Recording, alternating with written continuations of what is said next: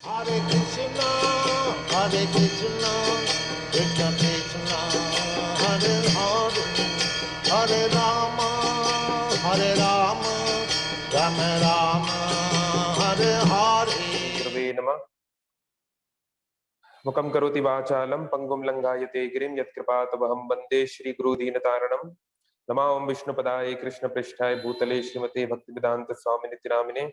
नमस्ते सारस्वती देवे गौरवाणी प्रचारिणे निर्विशेष निवादी पाश्चात्यस्तारिणे। श्री कृष्ण चैतन्य प्रभु नित्यानंद श्री अद्वैत गदाधर श्रीवासादि गौर भक्तवृंद। हरे कृष्ण कृष्ण कृष्ण हरे हरे, हरे राम राम राम हरे।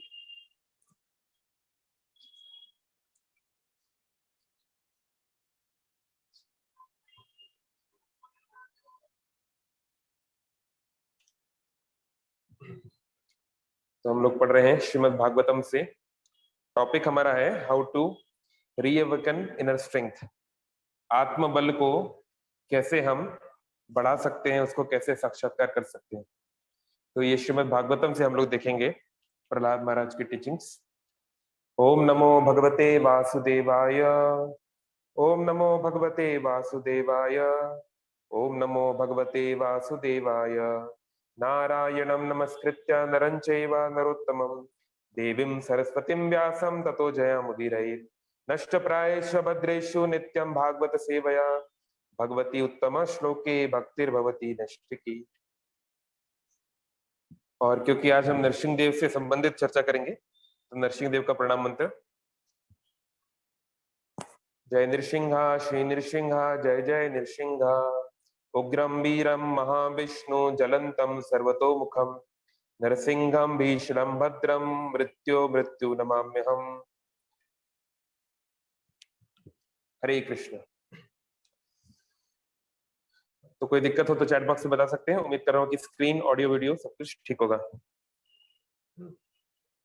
तो हम सभी लोग बहुत शक्तिशाली बनना चाहते हैं, नहीं? हम सबके कुछ फेवरेट सुपरस्टार होते हैं, लाइक सुपर हीरोज।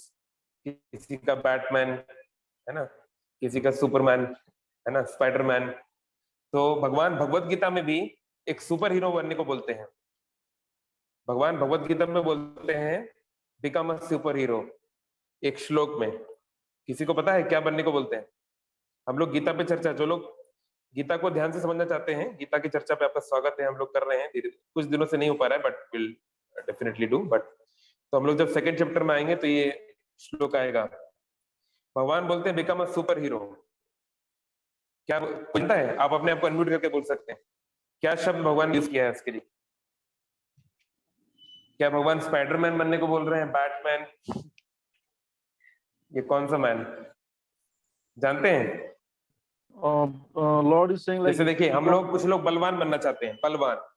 कुछ लोग, हाँ बोलिए जी। कोई कुछ बोल रहा था शायद। Hare Krishna, Dandavat Pranam.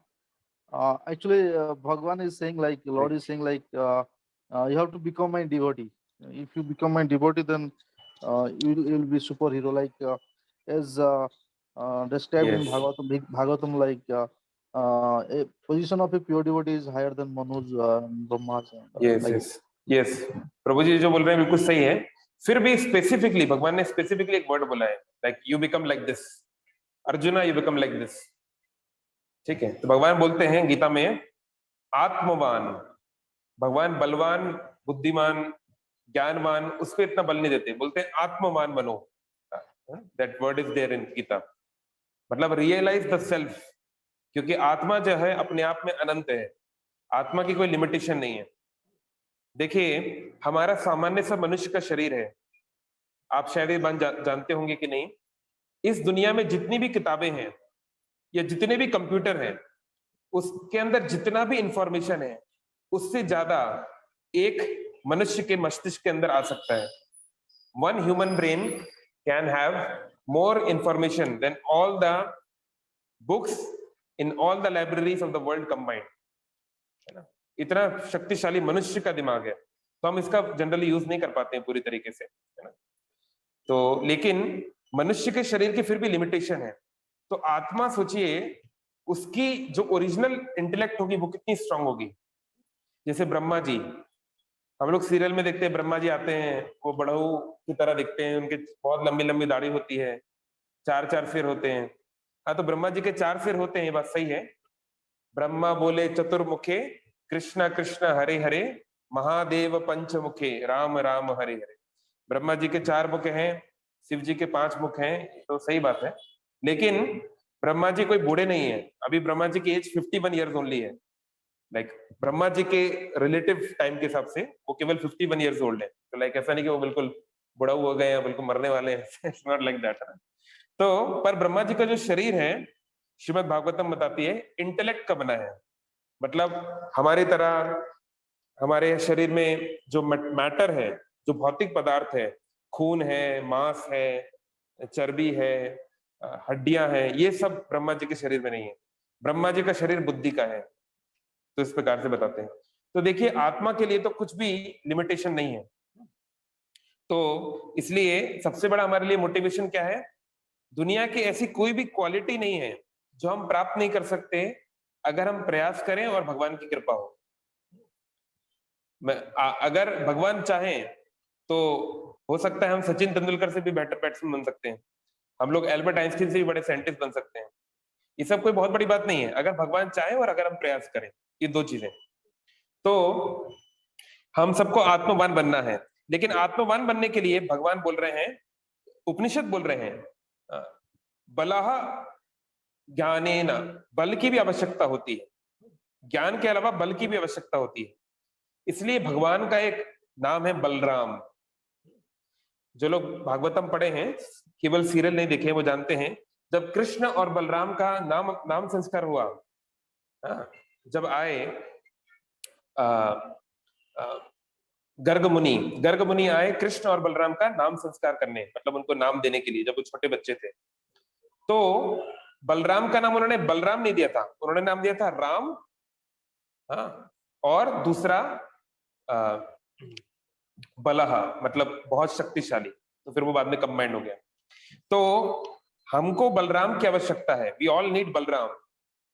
ये बहुत दुख की बात है कि बहुत सारे ऐसे आध्यात्मिक गुरु हैं, बहुत सारी हिंदू संस्थाएं हैं जो इस तरीके से बताती हैं कि अगर आपको आध्यात्मिक उन्नति पानी है, मोक्ष पाना है, मुक्ति पानी है, कुछ भी स्पिरिचुअली एडवांस करना है, तो यहाँ बलराम मतलब आपकी बॉडीली स्ट्रेंथ होनी चाहिए, आपको बॉडी को डेवलप करना पड़ेगा। But that is not true, है ना। मान लीजिए आपको पोलियो है ना, या मान लीजिए आप कोमा में हैं, अब आप क्या वहां पे बॉडी डेवलप करोगे? नहीं। यहाँ बल का मतलब है आध्यात्मिक बल। बल का मतलब क्या होता है? What do you mean by strength? बल का मतलब होता है कोई चीज जो नीचे है, कोई चीज जो गिरी हुई है, उसको हम ऊपर ले जा सकते हैं। तो बलराम मतलब जो पतित का नीचे स्थिति को ऊपर ले जा सके, तमह से उत्तम ले जा सके, है ना। तो हम सब लोग शक्ति चाहते हैं, स्ट्रेंथ चाहते हैं। तो सतयुग में आज से कुछ 35 लाख साल के आसपास पहले एक बच्चा है, एक बालक है, प्रहलाद नाम का, हम सब उसकी स्टोरी जानते हैं, तो बिल्कुल शॉर्ट में बता रहा हूं। तो 5 साल का ये बालक है, जिसके खुद के पिता, जो कि इतने पावरफुल व्यक्ति हैं कि बड़े बड़े देवी देवता, इंद्र, चंद्र, वरुण, यमराज सब उससे डरते हैं, इतना पावरफुल वो व्यक्ति है। और उसके सामने ये छोटा सा बालक उनको ना केवल उनकी बात को मानने से इनकार कर रहा है, बल्कि उनको बहुत ही कठोर वचनों में सुना रहा है, उनकी रियलिटी बता रहा है। तो इतनी हिम्मत आई कहां से उसमें? तो यही प्रश्न हिरण्यकशिपु, जो उनके पिताजी हैं, वो पूछ रहे हैं। तो हिरण्यकशिपु ने ये प्रश्न पूछा, जो श्लोक आप देख रहे हैं श्रीमद् भागवतम के 7th कैंटो 8th चैप्टर में, क्रुधस्य यस्य कंपन्ते त्रयो लोकः सहेश्वरः तस्मे अभित्वान मूढ़ः शासनम किम बलो त्यागः। क्रोध के साथ कंपनते, कांपते हुए, मतलब गुस्से के मारे आग बबूला होते हुए, मूढ़ा, अपने ही बच्चे को मूढ़ा बोल रहे हैं, मूर्ख, हे मूर्ख, शासनम किम बलो त्यागः, तेरे अंदर ये शक्ति कहां से आई, कहां से ये बल आया, तेरी इतनी हिम्मत कैसे हो रही है कि तू मेरी बात को टाल रहा है? और तुझे ये कौन शक्ति दे रहा है कि तेरे ऊपर हम कुछ भी प्रयास कर रहे हैं पर तुझे कुछ हो नहीं रहा। उसके पहले प्रहलाद को मारने के बहुत सारे तरीके अपनाए गए पर कुछ काम नहीं किया गया। और प्रहलाद की हिम्मत ऐसी है कि उन्हें हिरण्यकशिपु को यकीन नहीं हो रहा है कि कोई मृत्यु को सामने देखते हुए बिल्कुल ऐसा कैसे रह सकता है। ट्रांसलेशन नीचे करना सुमन, ट्रांसलेशन दिखाओ। तो हिरण्यकशिपु बहुत गुस्से में है कि ऐसा कैसे हो सकता है। तो हिरण्यकशिपु बोल रहा है, हे मेरे पुत्र प्रहलाद, तू एक मूढ़ है, एक धूर्त है, रास्कल है अंग्रेजी में कहें तो। तू जानता है कि मेरा जो क्रोध है उससे तीनों के तीनों लोग कांप उठते हैं। त्रैलोक महेश सहेश्वरा ऊपर लिखा था, सा ईश्वरा, और जो इस लोकों के ईश्वर हैं, बड़े बड़े जो देवी देवता हैं, वो भी कांप जाते हैं मुझसे। लेकिन तू मूढ़ा, तू रास्कल, तेरे अंदर ये धूर्तता कहां से आ रही है? कौन तुझे शक्ति दे रहा है?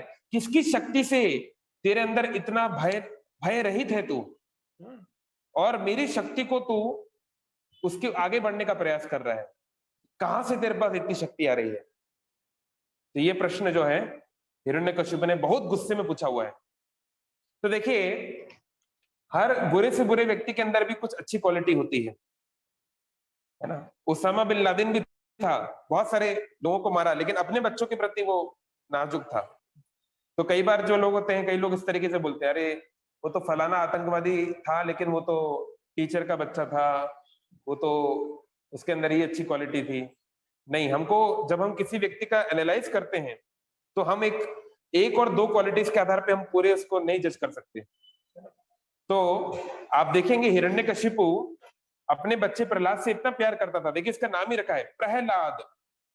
संस्कृत में हलाद मतलब होता है आनंद देने वाला, और प्रह मतलब प्रत्यक्ष, विशेष रूप से। तो प्रहलाद मतलब जो मुझे बहुत आनंद देने वाला है, ये सोच के हिरण्यकशिपु ने उसका नाम प्रहलाद रखा था। तो प्रहलाद जब 5 साल का बालक था, हाँ, तो जब हिरण्यकशिपु अपने गद्दी पे बैठा हुआ था, अपनी राज गद्दी पे, अपने कुर्सी पे, थ्रोन पे, और प्रहलाद को उसकी माँ बहुत प्यार से सजा वजा के उसको लेकर आई, छोटा सा बालक, 5 साल का बच्चा। तो हिरण्यकशिपु उसको देख के बहुत प्रसन्न हुआ, मेरा सुंदर सा बच्चा। उसको बुलाया, आओ बेटा आओ, और उसके बाल को सूंघा, बालों में जो तेल लगाते हैं उसको सूंघा, उसके केशों को निहारा। तो जैसे बच्चों को प्यार करते हैं पिता, इस प्रकार से बहुत प्यार दिया। अपनी गोदी पे बिठाया, जिस गोदी के नीचे बड़े बड़े इंद्र चंद्र वो सब पड़े रहते थे, उस गोदी के ऊपर उन्होंने बिठाया। इतना प्यार करता था। और प्रहलाद महाराज की हिम्मत देखिए, उस गोदी पर बैठ के जब हिरण्यकशिपु ने पूछा कि बेटा तुम क्या करना चाहते हो, तुम जीवन में क्या करना चाहते हो, तुम्हें क्या लगता है जीवन का क्या उद्देश्य है? तो वो बोलता है कि व्यक्ति को, प्रहलाद उत्तर देते हैं, छोटा सा बालक, कि व्यक्ति को चाहिए कि इस मिथ्या, इस धूमिल, इस बिना किसी कारण के ये जो संसार बनाया हुआ है, इसमें अनासक्त होकर हरि के भजन में लग जाए, हरि की सेवा में लग जाए, वन में जाके हरि की सेवा करे। तो सोचिए, मतलब समझ लीजिए, आप जो हैं, आप अपने देश से बहुत प्यार करते हैं। आप जो है, कोई पाकिस्तानी जनरल बैठा है, आईएसआई जनरल, और उसका छोटा सा बच्चा आके उसको बोले कि हमें चाहिए कि हम हिंदुस्तान से प्यार करें, हिंदुस्तान के लोगों की सेवा करें, तो उसे कैसा लगेगा? तो हिरण्यकशिपु का जानी दुश्मन है भगवान विष्णु, क्योंकि भगवान विष्णु ने जो उसके भाई को मारा है। तो इसलिए उसके जीवन का एक ही लक्ष्य है, विष्णु को मारना, हरि को मारना। वो तो हो नहीं पाएगा, जो है असाध्य उसको साधने चला, वो तो वो करने चला जो हो नहीं सकता। लेकिन फिर भी हिम्मत देखी प्रहलाद की कि सामने सामने बोल रहा है। तो ये शक्ति कहां से आ रही है? तो प्रहलाद महाराज अगले श्लोक में उत्तर देते हैं कि शक्ति कहां से आ रही है। थोड़ा नीचे जाओ Prahlad, I mean Suman pro, नीचे जाओ, नेक्स्ट पे क्लिक करो, नेक्स्ट नीचे होगा। हाँ, तो नेक्स्ट श्लोक में प्रहलाद महाराज उत्तर देते हैं कि ये शक्ति कहां से आ रही है। श्री प्रहलाद उवाचा, डायरेक्ट ट्रांसलेशन पे जाओ, समय कम, ट्रांसलेशन पे जाओ, नीचे नीचे। तो प्रहलाद महाराज उत्तर देते हैं, हे प्रिय राजा, मेरी जो शक्ति का स्तोत्र है I just lost it. हाँ,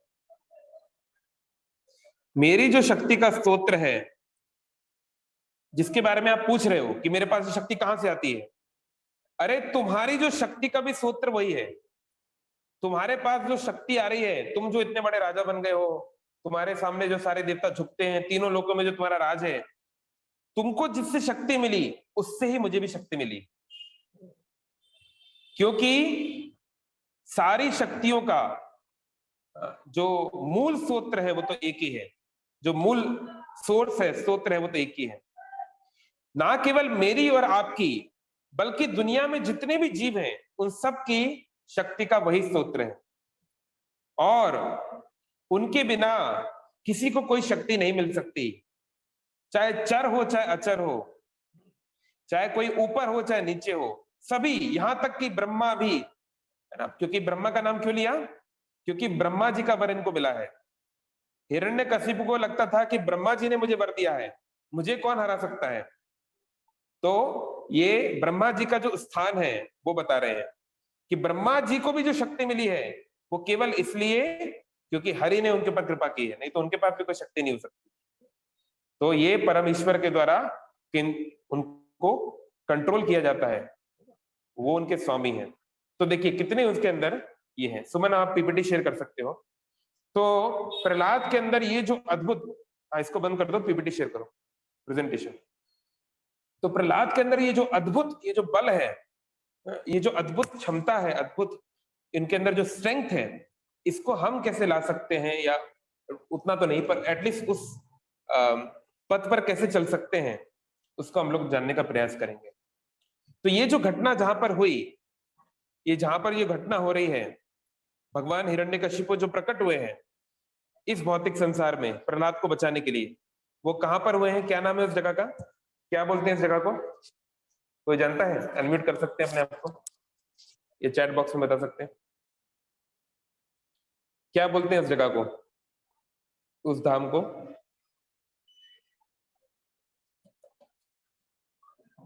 कोई बताना चाहेगा अनम्यूट करके?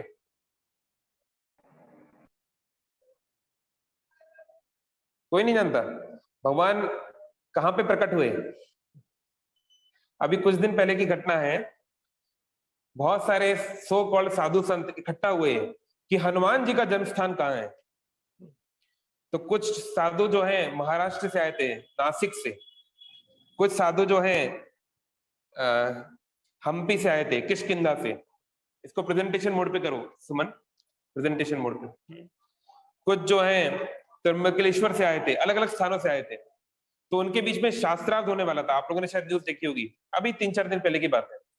तो क्या हुआ, ये लोग सो कॉल्ड हनुमान भक्त थे, इनको हनुमान जी का जन्म स्थान के ऊपर चर्चा करनी थी, तो ये आपस में लड़ लिए, है ना, वीडियो भी है। तो ये स्थिति है कलयुग में कि साधु, सो कॉल्ड साधु लोग जब ऐसे हैं तो सामान्य आदमी क्या करेगा।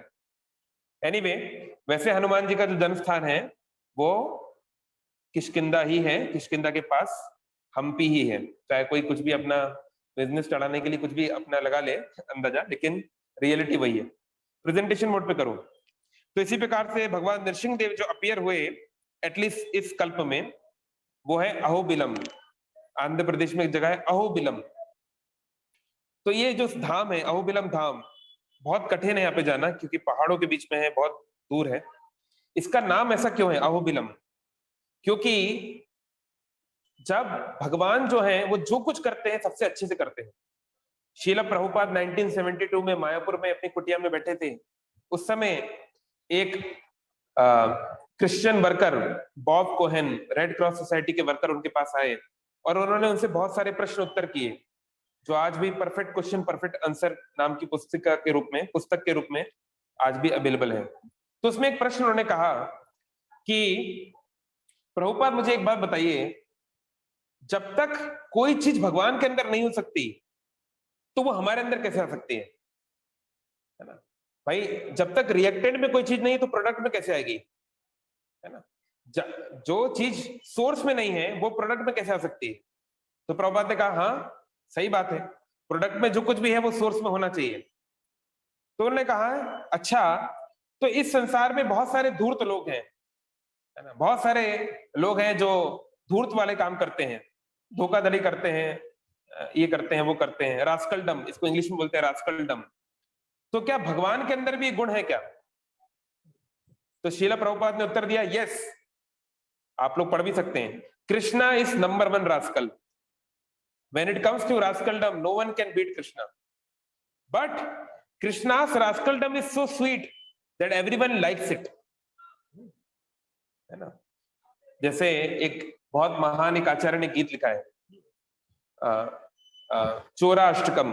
उसमें बोला है कि नवनीत चोरम, भगवान जो है बचपन में माखन चुराते थे, फिर थोड़े बड़े हुए तो गोपियों के वस्त्र चुराते थे। हाँ, तो लोग बोल सकते हैं अरे ये तो एक चोर की आप पूजा क्यों कर रहे हो, इसमें क्या फायदा है। चाणक्य पंडित ने भी बोला है, प्रातः द्यूत प्रसंगेन मध्याह्ने स्त्री प्रसंगतः रात्रो चोर प्रसंगेन कालो गच्छति धीमताम। जो धीरजधारी व्यक्ति होते हैं वो रात को चोरों के बारे में पढ़ते हैं, चोर प्रसंगेन। तो ये चोर मतलब कौन है? कृष्ण। कृष्ण के बारे में पढ़ना चाहिए, यानी भागवतम का अध्ययन करना चाहिए रात में सोने के पहले। पर प्रभुपाद जी ने भी कहा कृष्णा बुक पढ़ के सोना चाहिए, अच्छे सपने आएंगे। तो प्रश्न है, तो फिर एक चोर को हम क्यों पढ़ रहे हैं, उसके बारे में क्यों पढ़ रहे हैं? तो आचार्य बोलते हैं, अनेक जन्म अर्जित पाप चोरम चोरा पुरुषम प्रपत्यम तमामी। बोल रहे हैं कि ये ऐसा चोर है जो अनेक जन्मों में हमने जितने पाप हमारे हुए हैं, कितने कितने हम लोग पाप किए हैं, उसको वो चोरी कर सकते हैं। भाई कोई भी चोर हो, कितना भी बड़ा चोर क्यों ना हो सकता है वो हीरे जवाहरात चोरी कर ले, कोहिनूर चोरी कर ले, पर कोई हमारे पापों को चोरी कर सकता है क्या? नहीं कर सकता। तो भगवान जो भी करते हैं वो निराला होता है और वो सामने वाले के हितेश के लिए होता है। जब शिशुपाल ने भगवान को बहुत गालियां दी, बोला नालायक, तू तो क्षत्रिय नहीं है, तू तो धोखेबाज है, तू तो गाय चराने वाला है, तू तो निर्लज है, तू तो महिलाओं के साथ घूमने वाला है। बहुत गालियां दी भगवान को। श्रीमद् भागवतम में वर्णन है, महाभारत में भी वर्णन है। तो शिशुपाल के 99 अपराध भगवान ने क्षमा कर दिए, और जैसे ही 100वां अपराध हुआ, सुदर्शन चक्र से शिशुपाल की गर्दन कट गई। तो शिशुपाल की जब गर्दन कट गई तो शिशुपाल की आत्मा भगवान कृष्ण के अंदर प्रवेश कर गई, भगवान श्री कृष्ण के अंदर प्रवेश कर गई। तो वहां पर सारे लोग बैठे हुए हैं, तो सबके सामने युधिष्ठिर महाराज को ये बात जमी नहीं। युधिष्ठिर महाराज सोच रहे हैं, अरे ये इतना बड़ा पापी था बचपन से, हालांकि वो भगवान कृष्ण का रिलेटिव था। भगवान कृष्ण की जो दूर की बुआ लगेंगी, उनका वो बच्चा था, तो रिलेटिव था, भगवान से छोटा भी था, फिर भी बचपन से उसने एक ही काम किया, कृष्ण को गाली दी, कृष्ण की बुराई की, कृष्ण को बारे में लोगों को अनाप शनाप बातें फैलाई, रूमर्स फैलाए। और ऐसे व्यक्ति को भगवान ने जब मारा तो उसको उनके शरीर के अंदर जाने का मौका मिल गया, उसको मुक्ति मिल गई। बड़े बड़े पुरुषों को नहीं मिल पाती, बड़े बड़े योगियों को नहीं मिल पाती, कृष्ण ने उसको मुक्ति कैसे दे दी? ये बात युधिष्ठिर को समझ में नहीं आ रही है। और वहीं पर भगवान कृष्ण बैठे हुए हैं, उसी सभा में भगवान कृष्ण भी बैठे हुए हैं, लेकिन भगवान कृष्ण से उन्होंने बात नहीं पूछी। क्योंकि देखिए, एक आदमी खुद के बारे में कितना बताएगा? मान लो मुझे अपनी तारीफ करनी है तो कितना बोलूंगा? तो इसलिए भगवान ने गीता में बहुत कुछ बोला है, ममेवांश जीव लोके जीवभूत सनातना, सभी का मैं पिता हूं, सभी मेरे अंश है, सभी मुझसे आए हैं, मुझसे बढ़ के कोई नहीं है, मत्ता परतरन नान्यत। बहुत कुछ भगवान कृष्ण ने अपने बारे में बताया है ताकि लोग समझें। फिर भी लोग नहीं समझते गीता पढ़ के भी। इसलिए गीता के अलावा भागवतम पढ़ना बहुत जरूरी है, क्योंकि भागवतम में क्या है, भगवान ने अपने बारे में नहीं बताया है, बल्कि भगवान के भक्तों ने उनका गुणगान किया है। मान लीजिए मोदी जी खुद अपने बारे में कितना बोलेंगे? कोई भी जो सभ्य पुरुष होगा अपनी ज्यादा तारीफ नहीं करेगा, है ना, उसको शर्म आएगी। लेकिन जो व्यक्ति उससे प्रेम करता है और जो उसकी महिमा को जानता है, वो उसको बहुत अच्छी तरीके से सुना सकता है ना। जो भी महान महान लोग हुए, है ना, जो भी महान महान योद्धा हुए, छत्रपति शिवाजी महाराज हुए, नहीं तो महाराणा प्रताप हुए, या बड़े बड़े कवि हुए, जो भी लोग हुए, उनकी महिमा को दूसरे लोग बताते हैं, वो खुद नहीं बोलते कि हाँ मैं बहुत महान हूं, ये हूं वो हूं। तो ऐसे ही भगवान कृष्ण की असल महिमा भागवतम में है ना। तो और जो भागवतम पढ़ेगा वो भगवान का भक्त निश्चित बन जाएगा। गीता से भी बनना चाहिए, लेकिन गीता के लोग इंटरप्रिटेशन करते हैं बहुत सारे, तो इसलिए भागवतम की ये महिमा है जहां भक्त भगवान की गुणगान कर रहा है। इसलिए भागवतम के बारे में बोलते हैं वेद व्यास, जिन्होंने सारे शास्त्र लिखे हैं, वही बोल रहे हैं किंपा परे ईश्वरा श्रीमद भागवते महामुनि कृते किंपा परे ईश्वरा, कि जब भागवतम आपके पास है तो और कुछ पढ़ने की क्या आवश्यक है, और कहीं जाने की क्या जरूरत है। तो इस प्रकार से ये भगवान की महिमा है। तो यहां पर ये जो देवतागण हैं उन्होंने देखा कि ये कितना अत्याचार कर रहा है बच्चे के ऊपर, तो भगवान श्री कृष्ण जो कुछ करते हैं सबसे सिवियर करते हैं। ऐसे ही जब बात आती है क्रोध की, देखिए 5 रस जो होते हैं वो स्थायी रस होते हैं, मतलब परमानेंट। वो है शांत, दास्य, साख्य, वात्सल्य और माधुर्य, ये परमानेंट है। इसके अलावा 7 रस ऐसे होते हैं जिनको बोलते हैं सांचारी भाव, ट्रांजिएंट, आते जाते रहते हैं।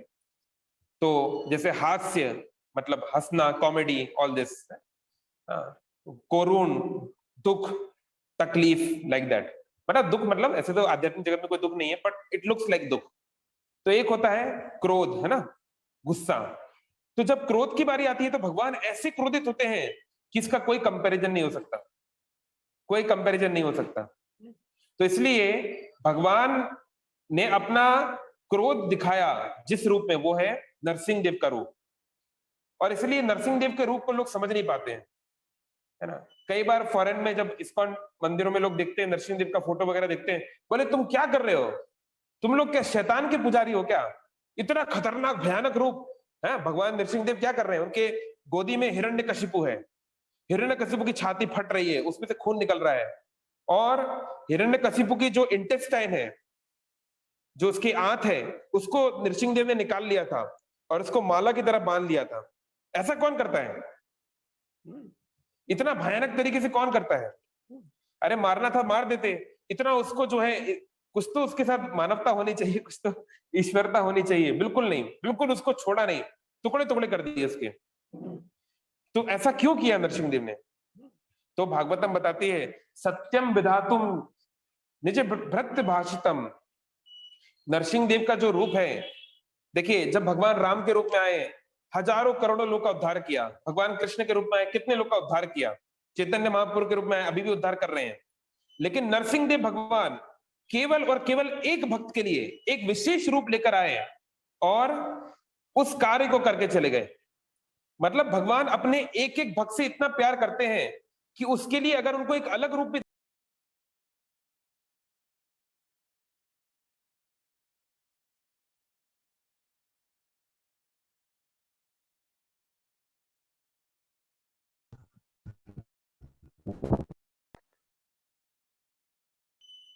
हरे कृष्णा, सॉरी एक कॉल आ गया था तो फोन पे हूं मैं। हाँ, तो भगवान जो है नरसिंह देव जो है वो केवल एक भक्त के उद्धार करने के लिए आए थे, है ना। ये भगवान की महानता है। और कैसा रूप, किस तरह का रूप है, ये है नरहरि रूपा, है ना। तो ये कई बार लोग सोचते हैं हरि मतलब है विष्णु, नहीं, क्योंकि अगर नरहरि, नर मतलब मनुष्य, और अगर हरि मतलब विष्णु है तो कृष्ण भी नरहरि है, राम भी नरहरि है। नहीं, हरि का एक और अर्थ होता है सिंह। इसलिए संस्कृत को समझने के लिए हमें आचार्यों की आवश्यकता है, क्योंकि संस्कृत में एक शब्द के कई मीनिंग्स हैं। हरि का मतलब सिंह भी होता है, तो नरहरि मतलब आधा मनुष्य आधा सिंह। इस रूप में आए, बड़ा ऑड रूप में आए, लेकिन अपने भक्त के लिए वो कोई भी रूप लेने को तैयार है। तो जब भगवान नरसिंह देव आए, उस पिलर से जब उन्होंने आवाज की, उन्होंने जब अपनी शक्ति का प्रदर्शन किया, तीनों लोग कांपने लगे, और उसको देखकर देवता लोग गर्जन करने लगे, अहो बलम अहो बलम। अहो मतलब ओ, एक्सक्लेमेशन, अरे कितनी शक्ति है, कैसा रूप धारण किया है। इसलिए उनके इस धाम का नाम पड़ गया अहोबिलम। इसमें 9 मंदिर होते हैं जो अलग अलग स्थान पे होते हैं, और सबसे ऊपर का जो मंदिर है वहां जाना बहुत कठिन है, मतलब केवल युवा लोग ही जा पाते हैं, क्योंकि आपके लिए कोई रोड नहीं है, आपको ट्रैकिंग करते हुए जाना पड़ता है। तो कभी मौका मिला तो जरूर चलेंगे। ठीक है, नेक्स्ट स्लाइड। तो भगवान जो है इस रूप में है, तो हमारा प्रश्न है हम क्या करें इसमें, हम किस प्रकार से जो है इनर स्ट्रेंथ को कैसे गेन कर सकते हैं। तो देखिए नरसिंह देव की अद्भुत लीला को देखिए। तो नरसिंह देव अगर हम ज्योग्राफिकली बात करें, अहोबिलम में आए जो आंध्र प्रदेश में है, और उसके बाद वो हाथ धोने गए नरसिंहपल्ली में, है ना। नरसिंहपल्ली कहां पर है, कौन जानता है? अनम्यूट करके बताएंगे ये चैट बॉक्स में। कहां है नरसिंहपल्ली, जहां भगवान हाथ धोने गए थे? सॉरी, आप जानते हैं कहां है? मायापुर में आई गेस यात्रा के दौरान। हाँ यस, जी जी जी हाँ। तो नवदीप धाम जो है उसमें है नरसिंहपल्ली, गोद्रुम द्वीप के पास में आता है। तो सोचिए हम लोग हाथ धोने कितना दूर जाते हैं भाई, जिस कमरे में खाते हैं या काम करते हैं उसमें ज्यादा से ज्यादा, उसके बाहर या ज्यादा से ज्यादा 100 मीटर 200 मीटर। भाई ऐसा कौन व्यक्ति होगा जो हाथ धोने के लिए 1000 किलोमीटर दूर जाएगा, है ना। कितनी और बात है कि लड़ाई हुई, मारा, ऑपरेशन किया, ऑपरेशन सक्सेसफुल हुआ, पेशेंट मर गया आंध्र प्रदेश में, और हाथ धोने के लिए वो गए वेस्ट बंगाल में, इतना दूर। लेकिन इसमें कोई बहुत आश्चर्य की बात नहीं है, क्योंकि नरसिंह देव का जो रूप का जो वर्णन किया है, साउंड कम करो, साउंड आपको कम। नरसिंह देव के जो रूप का वर्णन है वो ऐसा है कि जब नरसिंह देव आए तो उनका सर कहाँ है दिख ही नहीं रहा था, इतना विशाल रूप उन्होंने धारण कर रखा था। तो हो सकता है, बिल्कुल हो सकता है। तो और उसके बाद भगवान रेस्ट करने गए, हाथ धो ली, अब काम हो गया, थोड़ा रेस्ट करेंगे ना। रेस्ट कहाँ पे किया जानते हैं, कौन जानता है? यहाँ पे हाथ धोए, फिर वो रेस्ट करने के लिए गए थोड़ी देर अपने धाम जाने के पहले।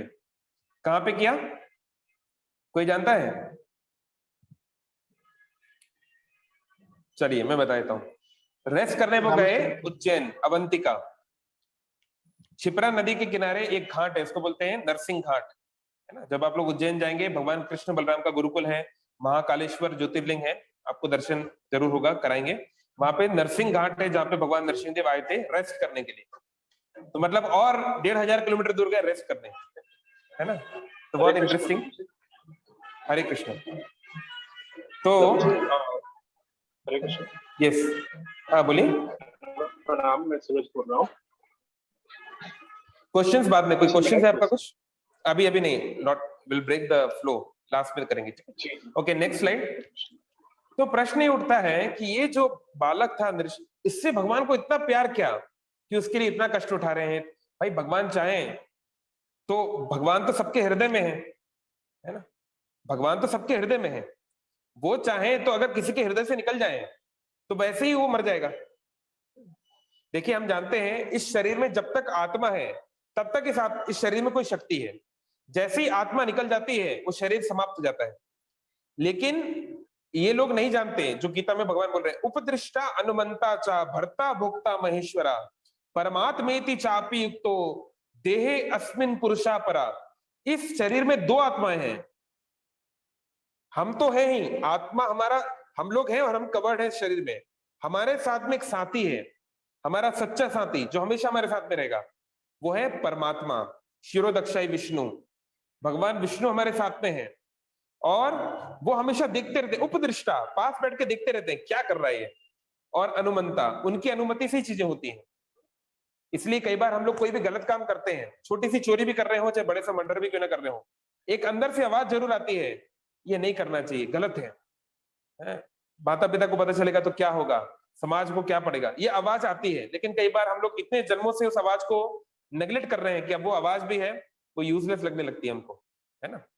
तो ये परमात्मा हमारे हृदय में बैठे हैं, तो परमात्मा देखते रहते हैं कि ये मुझे कब मेरी तरफ देखेगा, सम्मुख होए, कब मेरी तरफ सम्मुख होकर लहे कृष्ण नाम, मुझे याद करेगा, मेरा स्मरण करेगा। भगवान इंतजार करते रहते हैं, लंबा वेट करते रहते हैं, है ना। अब आप सोचिए इस यूनिवर्स में, जिस यूनिवर्स में हम लोग अभी हैं, इसकी एज है 311 ट्रिलियन 40 बिलियन ईयर्स। एक ट्रिलियन में 1000 बिलियन होते हैं, 1 बिलियन में 1000 मिलियन होते हैं, और मिलियन मतलब 10 लाख। तो 311 ट्रिलियन ईयर 40 बिलियन ईयर्स इस ब्रह्मा जी की आयु है, इस यूनिवर्स की आयु है। उसमें से आधे से ज्यादा समय निकल चुका है, 156 ट्रिलियन ईयर्स निकल चुके हैं। तो 156 ट्रिलियन ईयर से भगवान हमारा इंतजार कर रहे हैं इस यूनिवर्स में ही कि ये आएगा, ये आएगा, ये आएगा, ये आएगा। और ना जाने ऐसे कितने ही यूनिवर्स में हम लोग आ चुके हैं, रह चुके हैं, बिगड़ चुके हैं। तो कितने समय से, इन्फिनाइट टाइम से भगवान हमारा इंतजार कर रहे हैं। कितना पेशेंस है ना। तो इसलिए जो है, जब भक्त भगवान के सम्मुख होता है तो भगवान बहुत प्रसन्न होते हैं और भगवान कुछ भी करने को तैयार हैं उसको अपने पास आगे बढ़ने में हेल्प करने के लिए। इसलिए श्रील प्रभुपाद ने कहा है, if you take 1 step towards Krishna, Krishna takes 10 steps towards you. कुछ लोगों ने आगे चल में इसमें एक जीरो बढ़ा दिया, कुछ बोलते 100, कुछ बोलते 1000, पर प्रभुपाद जी ने जो शुद्ध भक्त है उन्होंने ओरिजिनली कहा था 10 स्टेप्स। तो भगवान बहुत हेल्प करते हैं, लेकिन हमें प्रयास करना पड़ेगा। तो जैसे संसार में अगर किसी को मिलियनेयर बनना है, बिलियनेयर बनना है, बहुत बड़ा इंडस्ट्रियलिस्ट बनना है, एंटरप्रेन्योर बनना है, तो उसके अंदर थोड़ा लालच होना चाहिए, पैसे का लालच होना चाहिए। जब तक लालच नहीं है वो नहीं बन पाएगा। किसी को क्रिकेटर बनना है, फिल्म स्टार बनना है, जो भी फील्ड में जाना है, उस फील्ड में आगे बढ़ने का लालच होना चाहिए। ऐसे ही भक्ति में भी लालच होना चाहिए। किस चीज का? कि कब मैं आध्यात्मिक रूप से आगे बढ़ूंगा, कब मैं समझ पाऊंगा मैं शरीर नहीं हूं, मैं आत्मा हूं, कब मेरा सांसारिक अटैचमेंट कम होगा और कब अल्टीमेटली मेरा भगवान से प्रेम बनेगा, कब तक मैं उनको केवल पत्थर और लकड़ी की तरह दिखता रहूंगा, कब जाके मेरा उनसे संबंध गाढ़ा होगा, कब वो मैं उनसे बातचीत करूंगा, थिंग्स लाइक दैट। कब वो सब बातें जो हम शास्त्रों में पढ़ते हैं वो मैं रियलाइज करूंगा। इसकी भी एक ग्रीड होनी चाहिए, इसको लौल्यम बोलते हैं, है ना। लौल्यम मूल्य ना, और लौल्य क्या है? मूल्य है, प्राइस है ना। जैसे अगर आपको पावर बैंक खरीदना है तो आपको इसका प्राइस पे करना पड़ेगा, जो भी है 500 रुपए, 1000 रुपए पे करना पड़ेगा। ऐसे ही भक्ति में आगे बढ़ना है, भक्ति में आ तो गए, लेकिन अगर आगे बढ़ना है तो ये ग्रीड होना चाहिए, पुश करना चाहिए। श्रील प्रभुपाद उदाहरण देते थे कि जैसे एक पायलट होता है, तो पायलट को ग्राउंड पे बहुत सारी ट्रेनिंग दी जाती है। आजकल तो सिमुलेशन भी आ गया है, सारे उसको डायनामिक समझाई जाती है, उसको सिमुलेशन में सिखाया जाता है। लेकिन जब उसको उड़ाना है, जब वो प्लेन उड़ाएगा, तो उसको एक्सटर्नल हेल्प दी जा सकती है, लेकिन प्लेन तो उसको खुद ही उड़ाना पड़ेगा ना, वहां तो कोई इसकी हेल्प नहीं कर सकता। तो ऐसे ही गुरु हैं, भक्त हैं, साधु जन हैं, वो हमारी हेल्प करते हैं, हम पे कृपा करते हैं, हमको ज्ञान देते हैं, हमको सपोर्ट करते हैं, हमारे लिए जो उचित माहौल बनाते हैं, वो सब कर सकते हैं। लेकिन अगर व्यक्ति खुद ही आगे नहीं बढ़ना चाहता तो फिर कुछ नहीं हो पाएगा।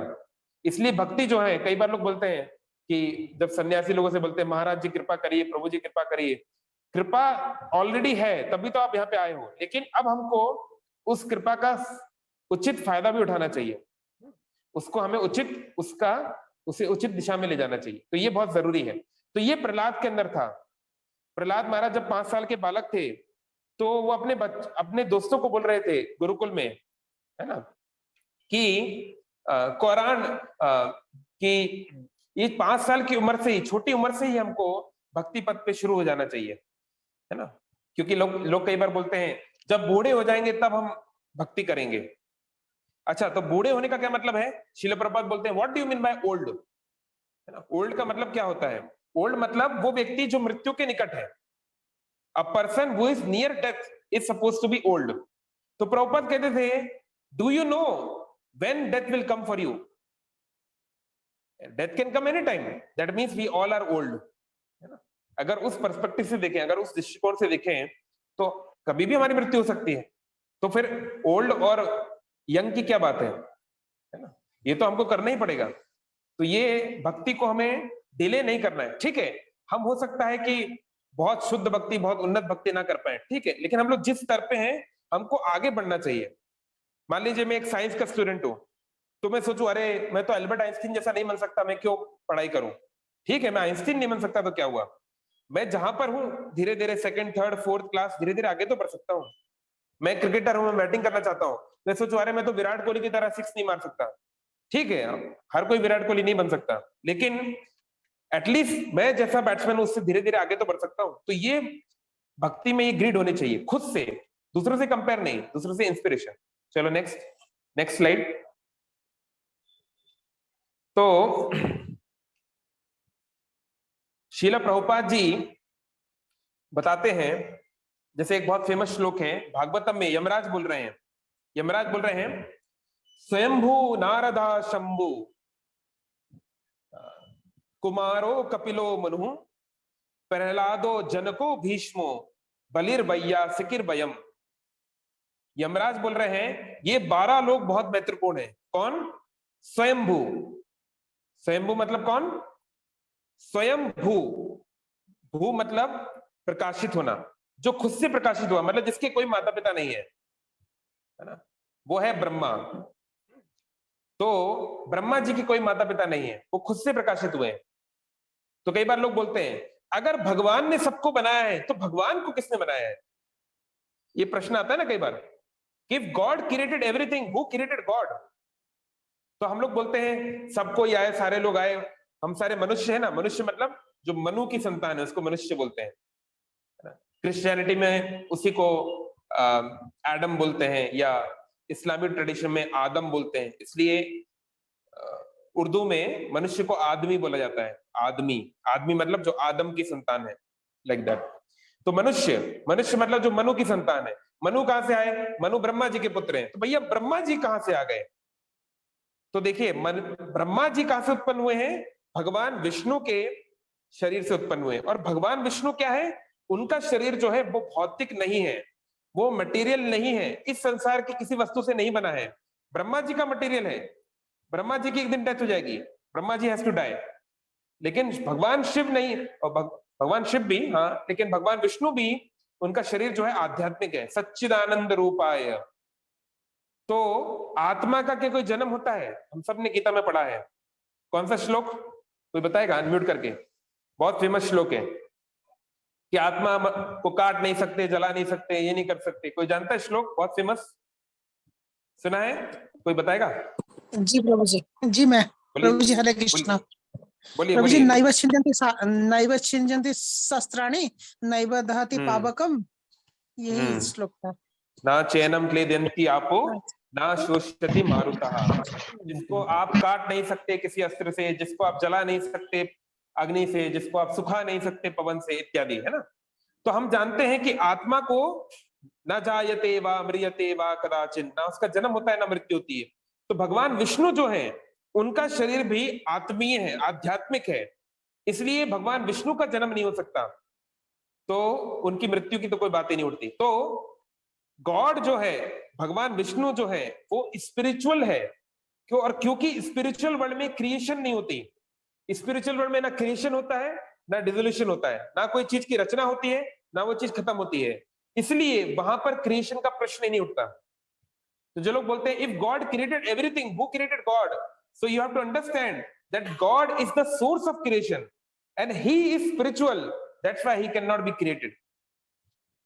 तो इसलिए जब तक आत्मा का ज्ञान नहीं होगा इस प्रश्न का उत्तर कोई बता नहीं पाएगा। तो एनीवे, श्रील प्रभुपाद जी ने इन 12 महाजनों का नाम लिया। स्वयंभू मतलब भगवान ब्रह्मा जी, नारद जी, शंभु भगवान शिव जी, है ना, कुमार जो चतुष्क कुमार, भगवान ब्रह्मा के जो 4 कुमार बच्चे हैं वो, कपिल भगवान कपिल, भगवान विष्णु का अवतार सतयुग में, मनु जिनसे हम मनुष्य आए हैं, स्वयंभू मनु भगवान ब्रह्मा के पुत्र, प्रहलाद महाराज जिनके बारे में हम चर्चा कर रहे हैं आज, जनक महाराज सीता देवी के पिता, भीष्म देव महाभारत वाले भीष्म देव, बलि महाराज जिनके ऊपर वामन देव ने पैर रखा था, वैयासिकिर मतलब व्यास देव के पुत्र शुकदेव गोस्वामी जो ये भागवतम सुना रहे हैं, और वयम मतलब हम मतलब मैं नहीं, दीन वसुलदास नहीं, यमराज।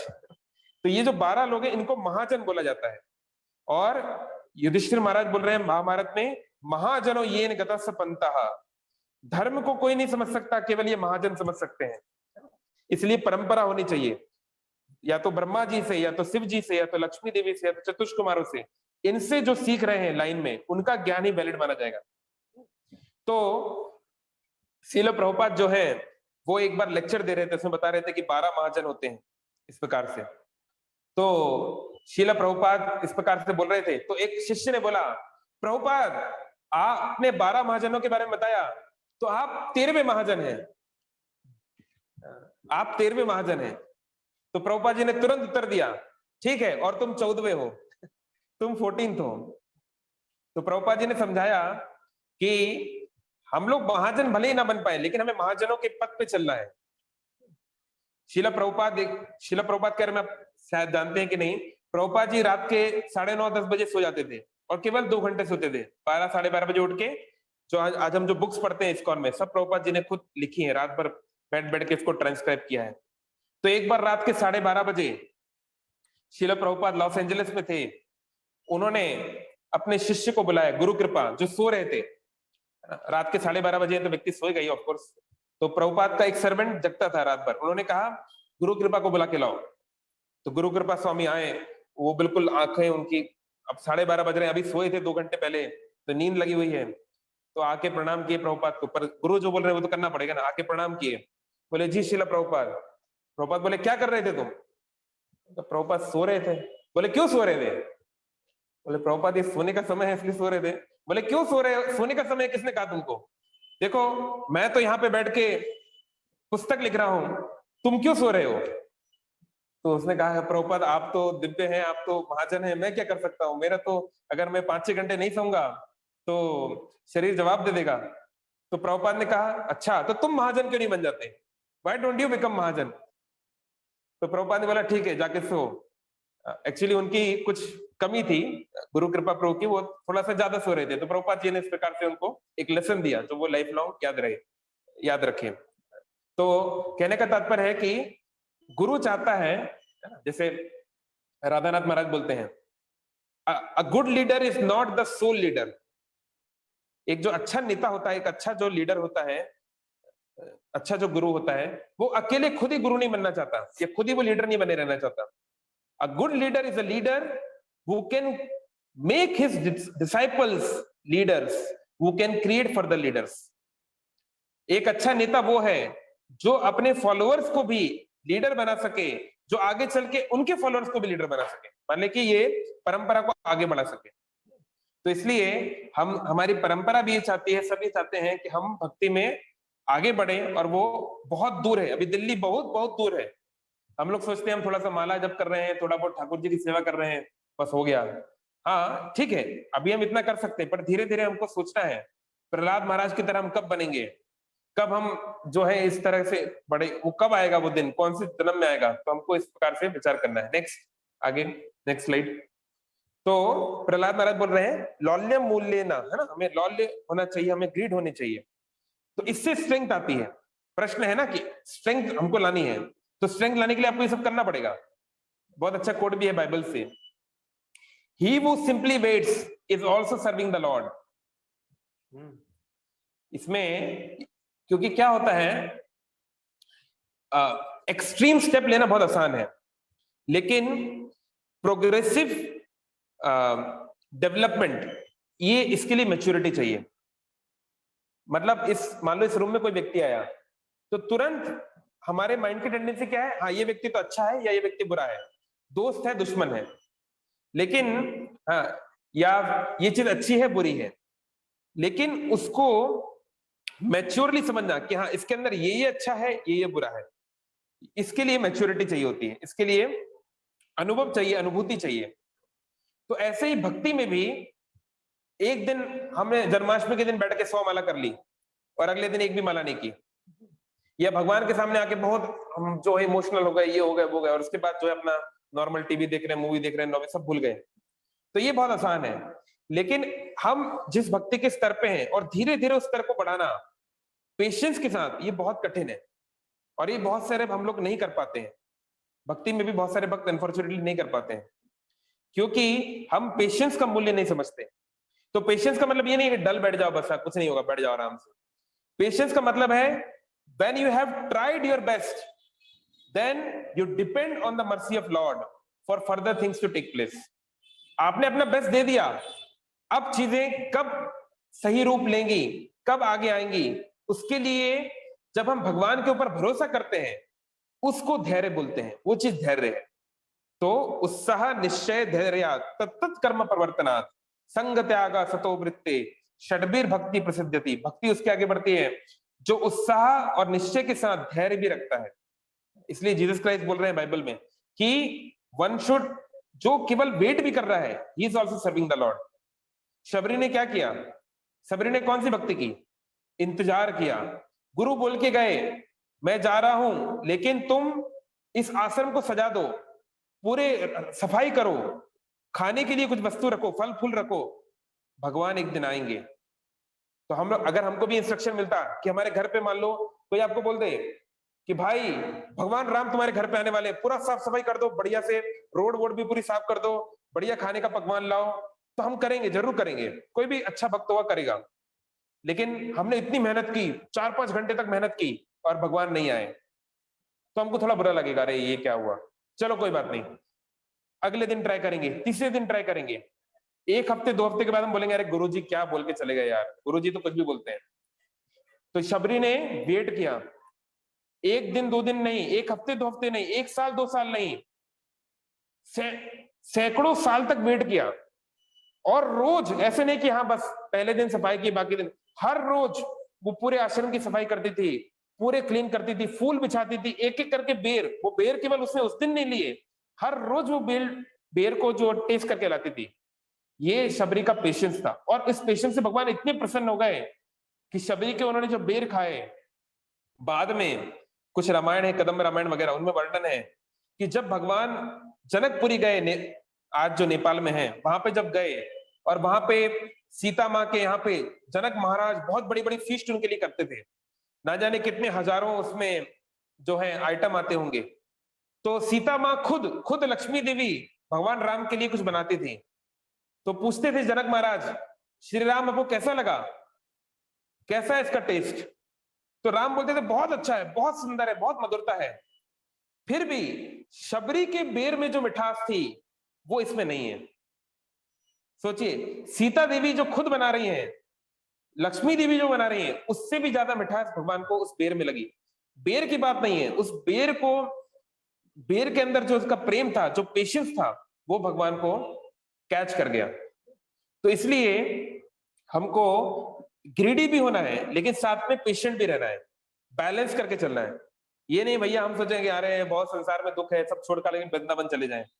वृंदावन जाने से भी आपकी प्रॉब्लम पूरी तरह सॉल्व नहीं होने वाली, क्योंकि मन तो वही है, प्रॉब्लम कहीं बाहर नहीं है, प्रॉब्लम मन में है।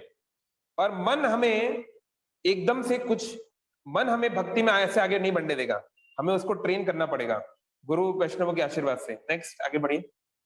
तो हमको पेशेंस भी सीखना पड़ेगा अगर हमें स्ट्रेंथ लानी है तो, है ना। महाराज बोलते हैं, श्रील राधानाथ महाराज, विनम्रता जो है वो ऐसा गुण है जो खुद से नहीं आ सकती, वो विनम्र लोगों की सेवा करने से आती है। जैसे श्रील प्रभुपाद उदाहरण देते हैं, कंटेजियस डिजीज जैसे कोरोना। कोरोना बीमारी आपको तब तक नहीं लग सकती जब तक आप उस व्यक्ति के पास में ना जाए जिसको कोरोना है, या कंटेमिनेटेड जोन में ना जाए, है ना। तो ऐसे ही ये जो, क्योंकि सारा दुनिया जो है वो अहंकारी है, हमको बचपन से ही सिखाया गया है, I am the lord of all I survey, बहुत बड़ा बन जाओ, सबको अपने पैरों की जूती पे रखो, 10 लोग तुमको सलाम करें, तुम्हारे टीम में 100 लोग हो, तुम्हें ये रिपोर्ट करने वाले 1000 लोग हो। हमको यही शिक्षा मिली है बचपन से। तो इसलिए विनम्र होना बहुत कठिन है इस संसार में, क्योंकि दुनिया की जो करंट है, दुनिया का जो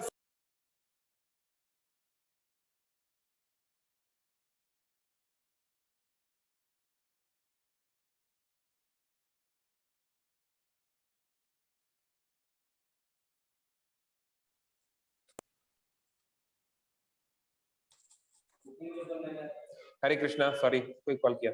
तो ये हमारा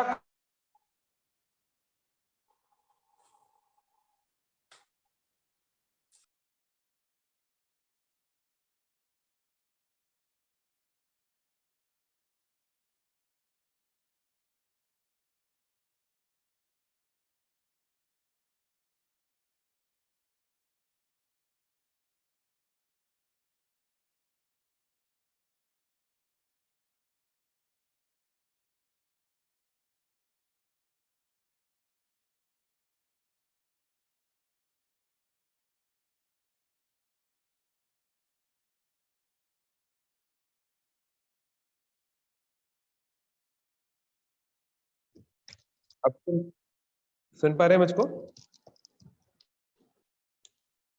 yes bro. Just a second. अरे इसको क्या हो गया? Hare Krishna, sorry for the trouble. हाँ, तो मैं कह रहा था कि हम लोग विनम्र खुद से नहीं बन सकते, क्योंकि संसार की जो फ्लो है it is the other way around, so it doesn't really work that way. तो इसलिए हमें उन लोगों के की कृपा चाहिए। We need association, we need mercy of those great sadhus who are actually humble, otherwise it doesn't really work. Okay, next slide.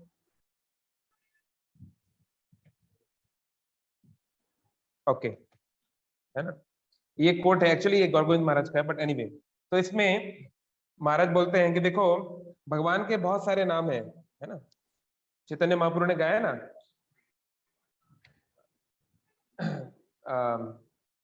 कि नाम नाम अकारी बहुधा निज सर्व शक्ति। भगवान आपके बहुत सारे नाम है ना, इतने सारे नाम है और सब में आपकी शक्ति है। तो भगवान का कोई भी नाम हम लेते हैं तो उससे हमारा लाभ होता है। लेकिन फिर भी कुछ नाम जो होते हैं वो पर्टिकुलर व्यक्ति के लिए ज्यादा महत्वपूर्ण होते हैं। इसलिए जब दीक्षा होती है, अगर हमारे गुरु जो है वो सदगुरु है, शुद्ध भक्त हैं, तो वो हमारे अंदर की उस प्रवृत्ति को पहचान लेंगे और उसके अनुसार नाम देंगे। जैसे मान लीजिए हमारे गुरु महाराज श्रीमद भक्ति चारू महाराज, उन्होंने नाम दिया दीन वत्सल दास। तो दीन मतलब होता है एकदम गिरा हुआ, एकदम पतित, जिसके कोई होप नहीं है। और वत्सल, वत्सल मतलब होता है संस्कृत में जो काफ होता है, गाय का बच्चा, उसको वत्स बोलते हैं। तो वैसे तो किसी भी शरीर में देखा जाए तो माँ का जो बच्चे से प्रेम है वो सबसे सर्वश्रेष्ठ है, सबसे ज्यादा इंटेंस है, गहरा है। लेकिन फिर भी जो गौ माता होती है वो अपने बच्चे से कुछ ज्यादा ही गहरा प्रेम करती है। जैसे देखिए एक मनुष्य में, हम सब जब मनुष्य समाज में हम देखते हैं कि माँ जब किसी बच्चे को जन्म देती है गर्भवती होने के बाद, तो बहुत इंटेंस पेन होता है, बहुत सारा तकलीफ दुख उनको झेलना पड़ता है। तो जब वो बच्चे को देखती है तो उस माँ को इतना आनंद आता है, बहुत खुशी होती है, और फिर वो जनरली जो होती है थोड़े समय के लिए बेहोश हो जाती है या आंख लग जाती है, क्योंकि इतने समय से वो कठिनाई, वो इतना सारा एंडेवर लेबर करना पड़ रहा है, तो नींद आ जाती है, थकान हो जाती है। लेकिन गाय के साथ ऐसा नहीं है। हमने खुद प्रैक्टिकली देखा है, जब गौशाला में सेवा करने का अवसर मिला, गाय जब बच्चे को जन्म देती है वो भी बहुत पेन में है, वो भी उतने ही कई महीनों से बच्चे को रखी हुई है ना। और जब वो बच्चा निकलता है तो बहुत ब्लड निकलता है, बहुत सारी चीजें, कमजोर होती है वो भी बहुत पेन में है।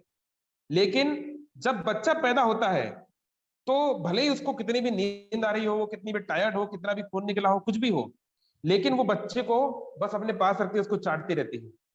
क्योंकि जो गाय का जो बच्चा होता है जब बाहर निकलता है उसको बहुत ठंड लगती है ना, क्योंकि अंदर टेम्परेचर ज्यादा है, जब बाहर आता है तो पूरा कप आता है वो, तो उसको ठंड लग, खासकर अगर सर्दी का मौसम है तो तुरंत उसको कंबल वगैरह लपेटना पड़ता है, तो वो कांपता है। तो गाय क्या करती है, उसको चाट चाट के गर्मी देती है।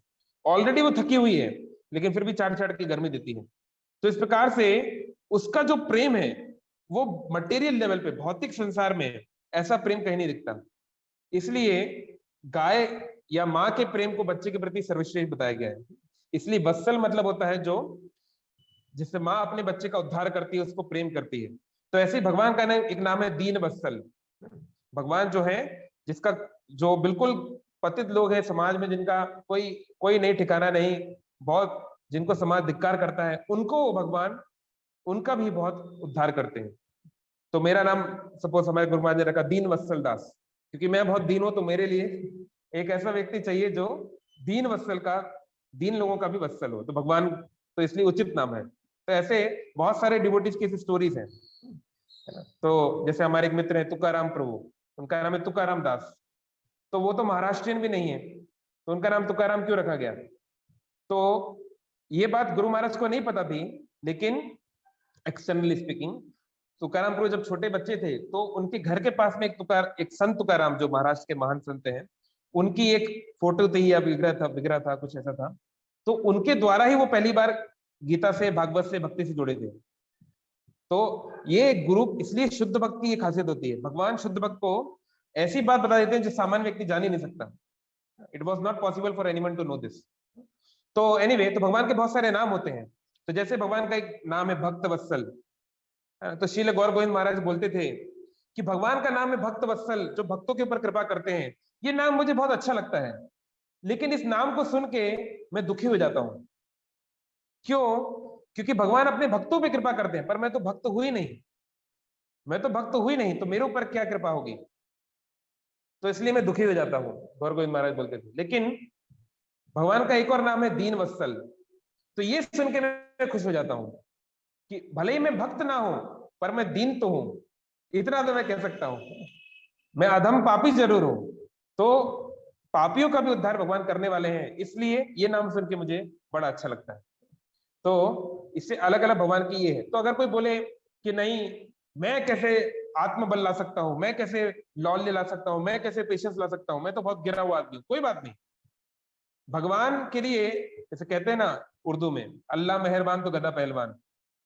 अगर अल्लाह की कृपा है तो गधा भी पहलवान है, नहीं तो भगवान चाहे तो किसी से कुछ भी करा सकता है ना। भगवान जो है, भगवान राम ने क्या किया, गिलहरी से जो है, गिलहरी, छोटी सी गिलहरी, उसने भी सेतु बनाने में हेल्प कर दिया, है ना। ठीक है, नेक्स्ट। तो इसलिए हमें डीमोटिवेट होने की जरूरत नहीं है, हमें डीमोटिवेट नहीं होना है। भगवान चाहे कुछ कभी भी गेम बदल सकते हैं, कुछ भी हो सकता है। और दूसरी एक बात यह है, एक और जो एक्सट्रीम क्या है, कभी हम लोग इतने विनम्रता के नाम पर हम कुछ और ही करने लगते हैं, है ना। मतलब हम समझ नहीं पाते कि विनम्रता है क्या चीज। हम सोचते हैं विनम्र मतलब सदा झुके रहना, थर्ड बटन। जैसे हम लोग जब कॉलेज में थे तो रैगिंग होती थी, थर्ड बटन। हमारे शर्ट में बटन होते हैं ना, तो हमारे सीनियर बोलते थे कि तीसरा बटन जो है ना, पहला दूसरा तीसरा, तो आपको जब चल रहे हो, कैंटीन जा रहे हो, कहीं भी जा रहे हो, तो आपको तीसरा बटन दिखते हुए जाना है। हो सकता है आपके साथ भी हुआ हो, कुछ लोगों के साथ, उसके ऊपर देखा तो फिर कुछ होगा लाइक दैट। तो इस प्रकार से, तो ये ह्यूमिलिटी नहीं है कि आपको जबरदस्ती प्रेशर में या सामाजिक प्रेस्टीज में, हम तो इतने विनम्र हैं जी, इतने विनम्र हैं, हम इतने सौम्य हैं कि हम जो है बिल्कुल हंस हंस के बात करते हैं। ये विनम्रता नहीं है, ये फॉल्स है। This is not humility, because humility does not mean to think less of oneself but less about oneself। विनम्रता का ये मतलब नहीं है कि भैया मैं करोड़पति हूं फिर मैं अपने आप को मैं भिखारी समझूं, या मान लीजिए मैं बहुत बड़ा बलवान रेसलर हूं फिर भी मैं अपने आप को कमजोर समझूं। ये तो मूर्खता होगी, ये तो सत्य नहीं है। लेकिन ह्यूमिलिटी का मतलब है, विनम्रता का अर्थ है कि ये हमारे पास जो है इसके लिए खुद को सोर्स नहीं मानना, हमें समझना ये कहां से मिला, है ना।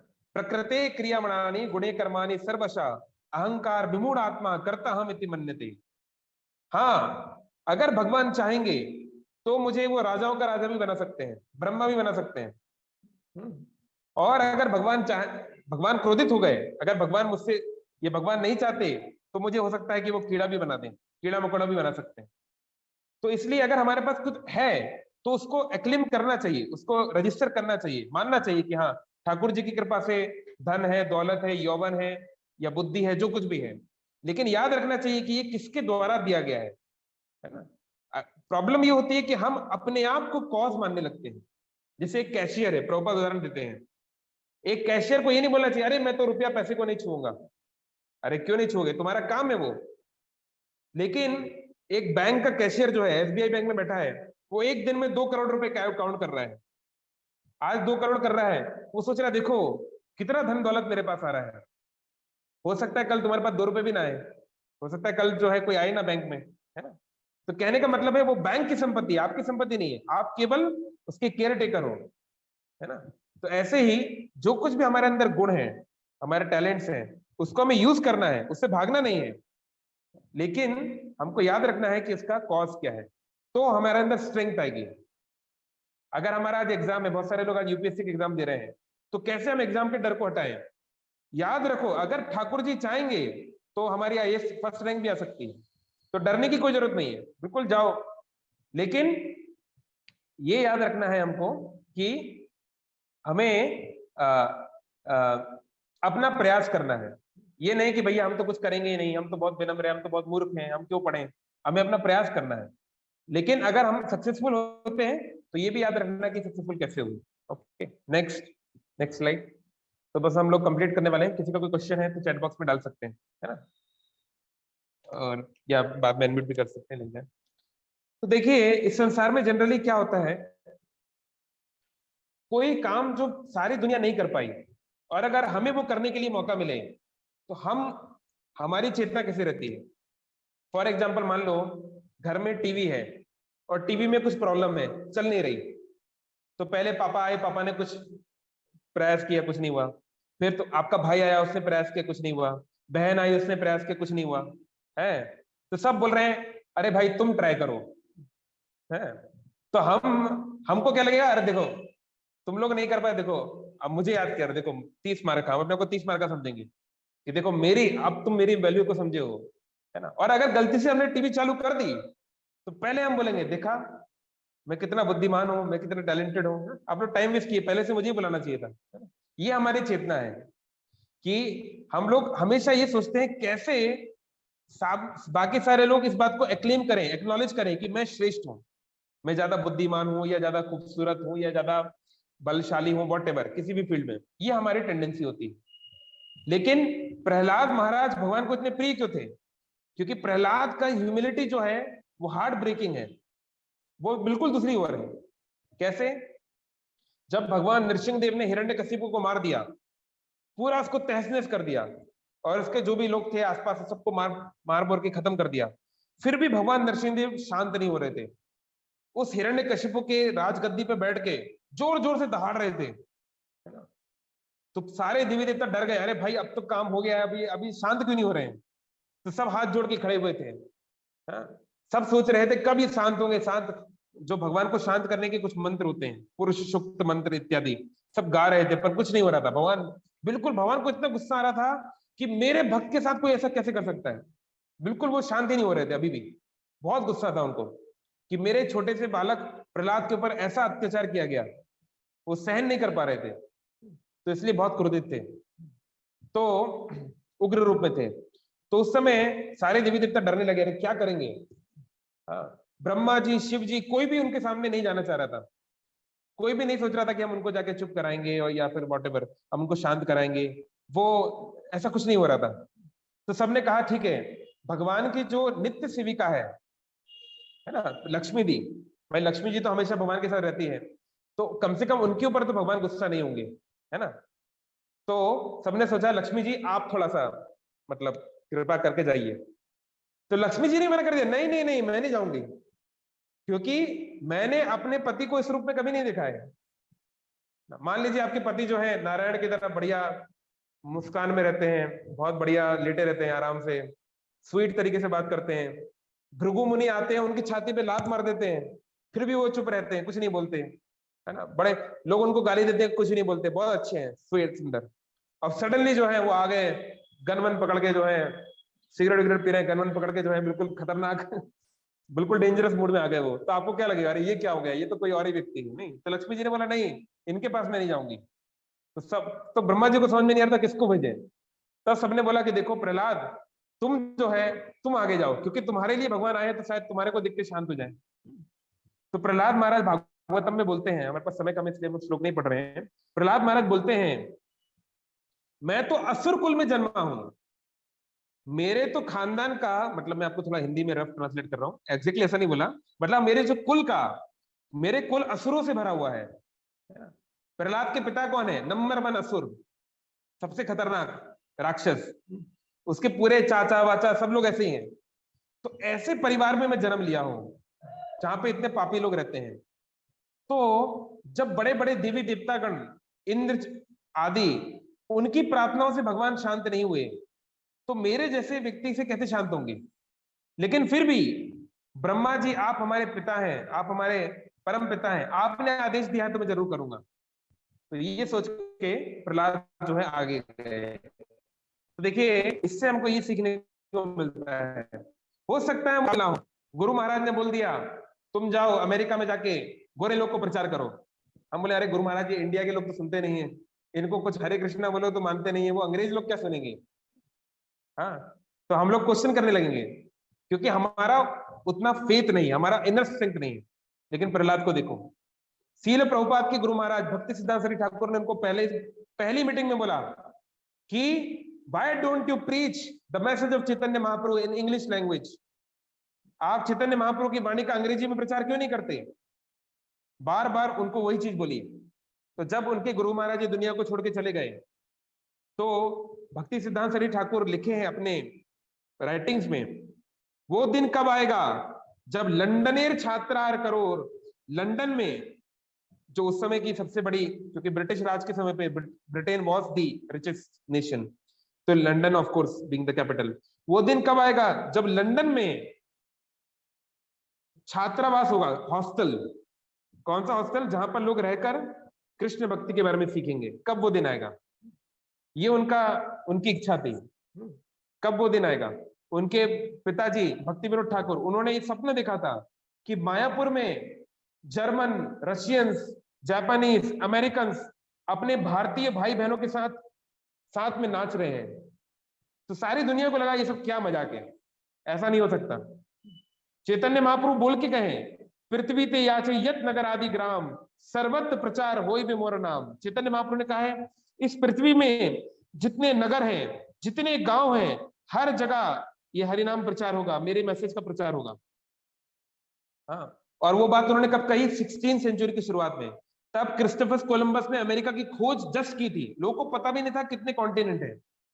जब दुनिया को पता ही नहीं था कितने कॉन्टिनेंट हैं, उस समय चैतन्य महाप्रभु ने इतनी बड़ी बात बोल दी, जितने कॉन्टिनेंट हो, जितने देश हो, जितने नगर हो, जितने ग्राम हो, हर जगह ये बात पहुंचेगी। तो इतनी जनरेशन तक वो बात पूरी नहीं हो पाई। 450 साल गुजर गए। प्रभुपाद जी के गुरु महाराज के जाने के बाद प्रभुपाद जी के जो गुरु भाई थे, गौड़िया मठ के जो लोग थे, भक्त लोग, वो सोचे अरे ये सब नहीं हो सकता। ये जो चैतन्य महाप्रभु पृथ्वी बोल रहे हैं ना, पृथ्वी मतलब इंडिया, पृथ्वी का यहाँ पे मतलब होना चाहिए इंडिया। ये पॉसिबल नहीं है कि जो खासकर जो वेस्टर्न कंट्री के लोग हैं, गोरे लोग इस बात को सुनेंगे। तो श्रील प्रभुपाद ने उत्तर दिया उस समय, सन्यास के पहले, गृहस्थ आश्रम में जब थे, गृहस्थ थे, उन्होंने कहा, whatever Shri Chaitanya Mahaprabhu has said is bound to happen because he is supreme God. Chaitanya Mahaprabhu ने जो कहा वो होगा क्योंकि वो भगवान है, उनकी बात कैसे गलत हो सकती है? And whatever my guru has said is bound to happen because he is pure devotee of God. मेरे जो गुरु ने कहा वो होके रहेगा क्योंकि वो शुद्ध भक्त हैं, है ना? Maybe you cannot do it. हो सकता है आप इसको ना कर पाओ, but some foolish servant of our guru will do it. You see one day. तो प्रभुपाद जब एक गृहस्थ थे, उनकी फैमिली थी, 4 बच्चे थे, बहुत कुछ था, तब उन्होंने कहा हो सकता है तुम ये काम ना कर पाओ, पर याद रखना हमारे गुरु का एक मूर्ख चेला, एक मूर्ख शिष्य ये काम करके दिखाएगा, है ना? तो वो किसके बारे में बात कर रहे थे? खुद के बारे में। मूर्ख शिष्य मतलब अपने आप को कह रहे थे कि मैं मूर्ख हूं, मैं इस लायक नहीं हूं, लेकिन क्योंकि मेरे गुरु ने मुझे आदेश दिया है तो जरूर ये होके रहेगा। इसलिए बार बार प्रयास कर रहे थे, बार बार प्रयास कर रहे थे, और जीवन के अंतिम पड़ाव पे भगवान ने उस प्रयास को किया। तो ऐसे ही प्रहलाद महाराज, तो अगर हमें गुरु आदेश देते हैं, माता पिता आदेश देते हैं, हमारे अथॉरिटीज आदेश देते हैं, हमें ये नहीं सोचना चाहिए अरे प्रभु जी क्या बोल रहे हैं, हम लोग तो ये कर नहीं सकते। कुछ भी हो सकता है, हमें बस प्रयास करना है सिंसियरली, है ना? नेक्स्ट, तो वो प्रहलाद महाराज ने किया, और जब वो नरसिंह देव प्रहलाद को देखे तो तुरंत उनका गुस्सा शांत हो गया।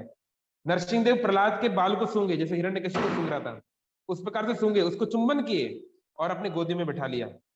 तब वो एकदम शांत हो गए, शांत नरसिंह देव बन गए, है ना?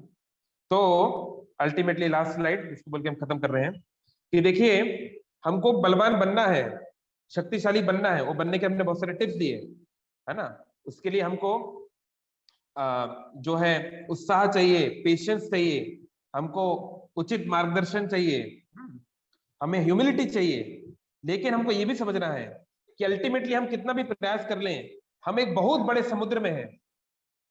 कोई कितना भी बड़ा तैराक क्यों ना हो, माइकल फेल्प्स क्यों ना हो, माइकल फेल्प्स जो कि बहुत सारे गोल्ड मेडल जीते थे स्विमिंग में, शायद आई थिंक ओलंपिक्स के इतिहास में सबसे ज्यादा उनको ही मेडल मिले हैं, अगर मैं गलत नहीं हूं। एनीवे, पर माइकल फेल्प्स भी जो है वो भी समुद्र को क्रॉस नहीं कर सकते। कोई व्यक्ति कितना तैरेगा? 10 किलोमीटर, 20 किलोमीटर, 100 किलोमीटर, 1000 किलोमीटर, है ना? कोई लाखों किलोमीटर नहीं तैर सकता। तो इसलिए ultimately we need the help of Lord.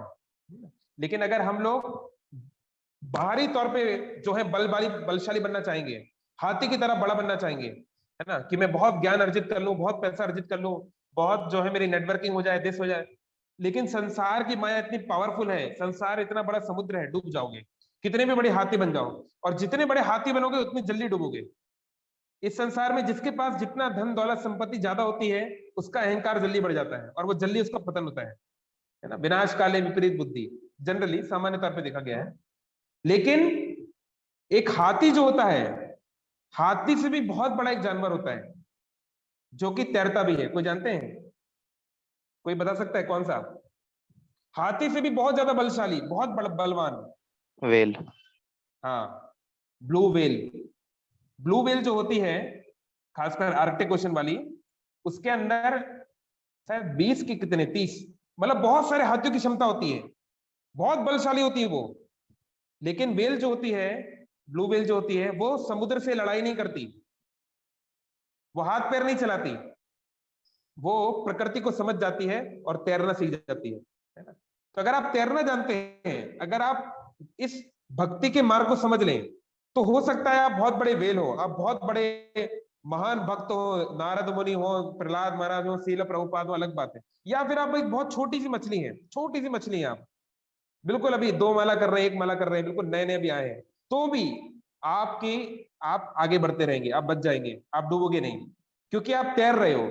भले ही आप बहुत हल्के हो चलेगा, या आप बहुत बड़शाली हो चलेगा, लेकिन तैरना सीखना पड़ेगा। ऐसे ही जब हम भगवान की शरण लेते हैं, और शरण लेने का जो मार्ग है इस कलयुग में, हरेर नाम हरे नामेव केवलम, हरे कृष्ण कृष्ण कृष्ण हरे हरे, हरे राम राम राम हरे हरे। इसका ध्यान पूर्वक जप करना बहुत जरूरी है, कीर्तन करना जरूरी है, ये सबसे महत्वपूर्ण है। बाकी और चीजें हैं, मंदिर जाना, विग्रह की सेवा करना इत्यादि, धाम जाना, वो सब है, लेकिन जब तक हरिनाम हम अच्छे से नहीं करेंगे, हमारा ट्रांसफॉर्मेशन ज्यादा नहीं हो पाएगा। इसलिए जरूरी है इसको करें। जब इसको हम करेंगे तो धीरे धीरे हमारी स्ट्रेंथ बढ़ेगी, और फिर दुनिया में भले हम प्रहलाद महाराज जैसे हिरण्यकशिपु तो हमको नहीं मिलेगा, लेकिन इस दुनिया की कोई भी समस्या से, दुश्मनों से, लोगों से हम डरेंगे नहीं। We will be fearless like Prahlad. Okay, thank you all very much. Hare Krishna. किसी का कोई क्वेश्चन या कमेंट? मैं चैट बॉक्स चेक कर रहा हूँ।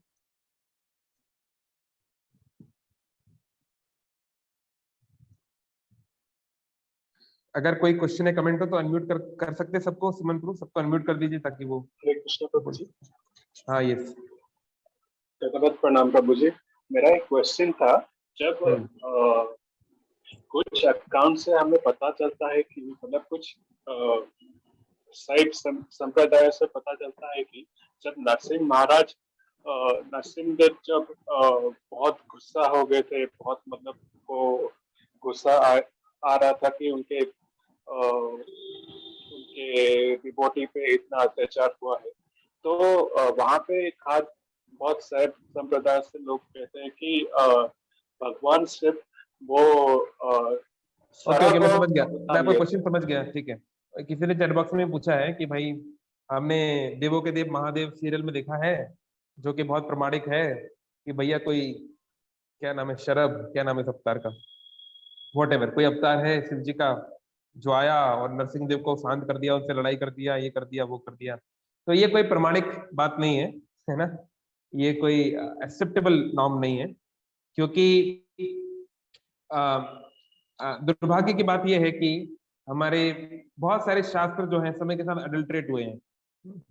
जैसे हम जानते हैं 108 उपनिषद होती हैं, तो आज सारी 108 उपनिषद अवेलेबल नहीं है, केवल गिनती की 15 से 20 उपनिषद प्रमाणिक रूप से अवेलेबल है, बाकी क्वेश्चनेबल है ना। तो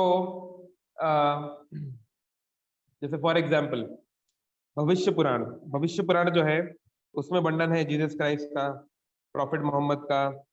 हाँ, लेकिन एक वर्ष ऐसा भी है जो क्वीन विक्टोरिया के बारे में है। इट सीम्स कि एक रानी आएगी, विदेशी आएगी, वो गोरी होगी, वो ऐसी मेकअप लगाएगी जो कि क्वीन विक्टोरिया के तरह लग रहा है। तो भैया क्वीन विक्टोरिया, अब ये बात बहुत मुश्किल है हजम करवाना कि क्वीन विक्टोरिया का वर्णन क्यों भविष्य पुराण में होगा।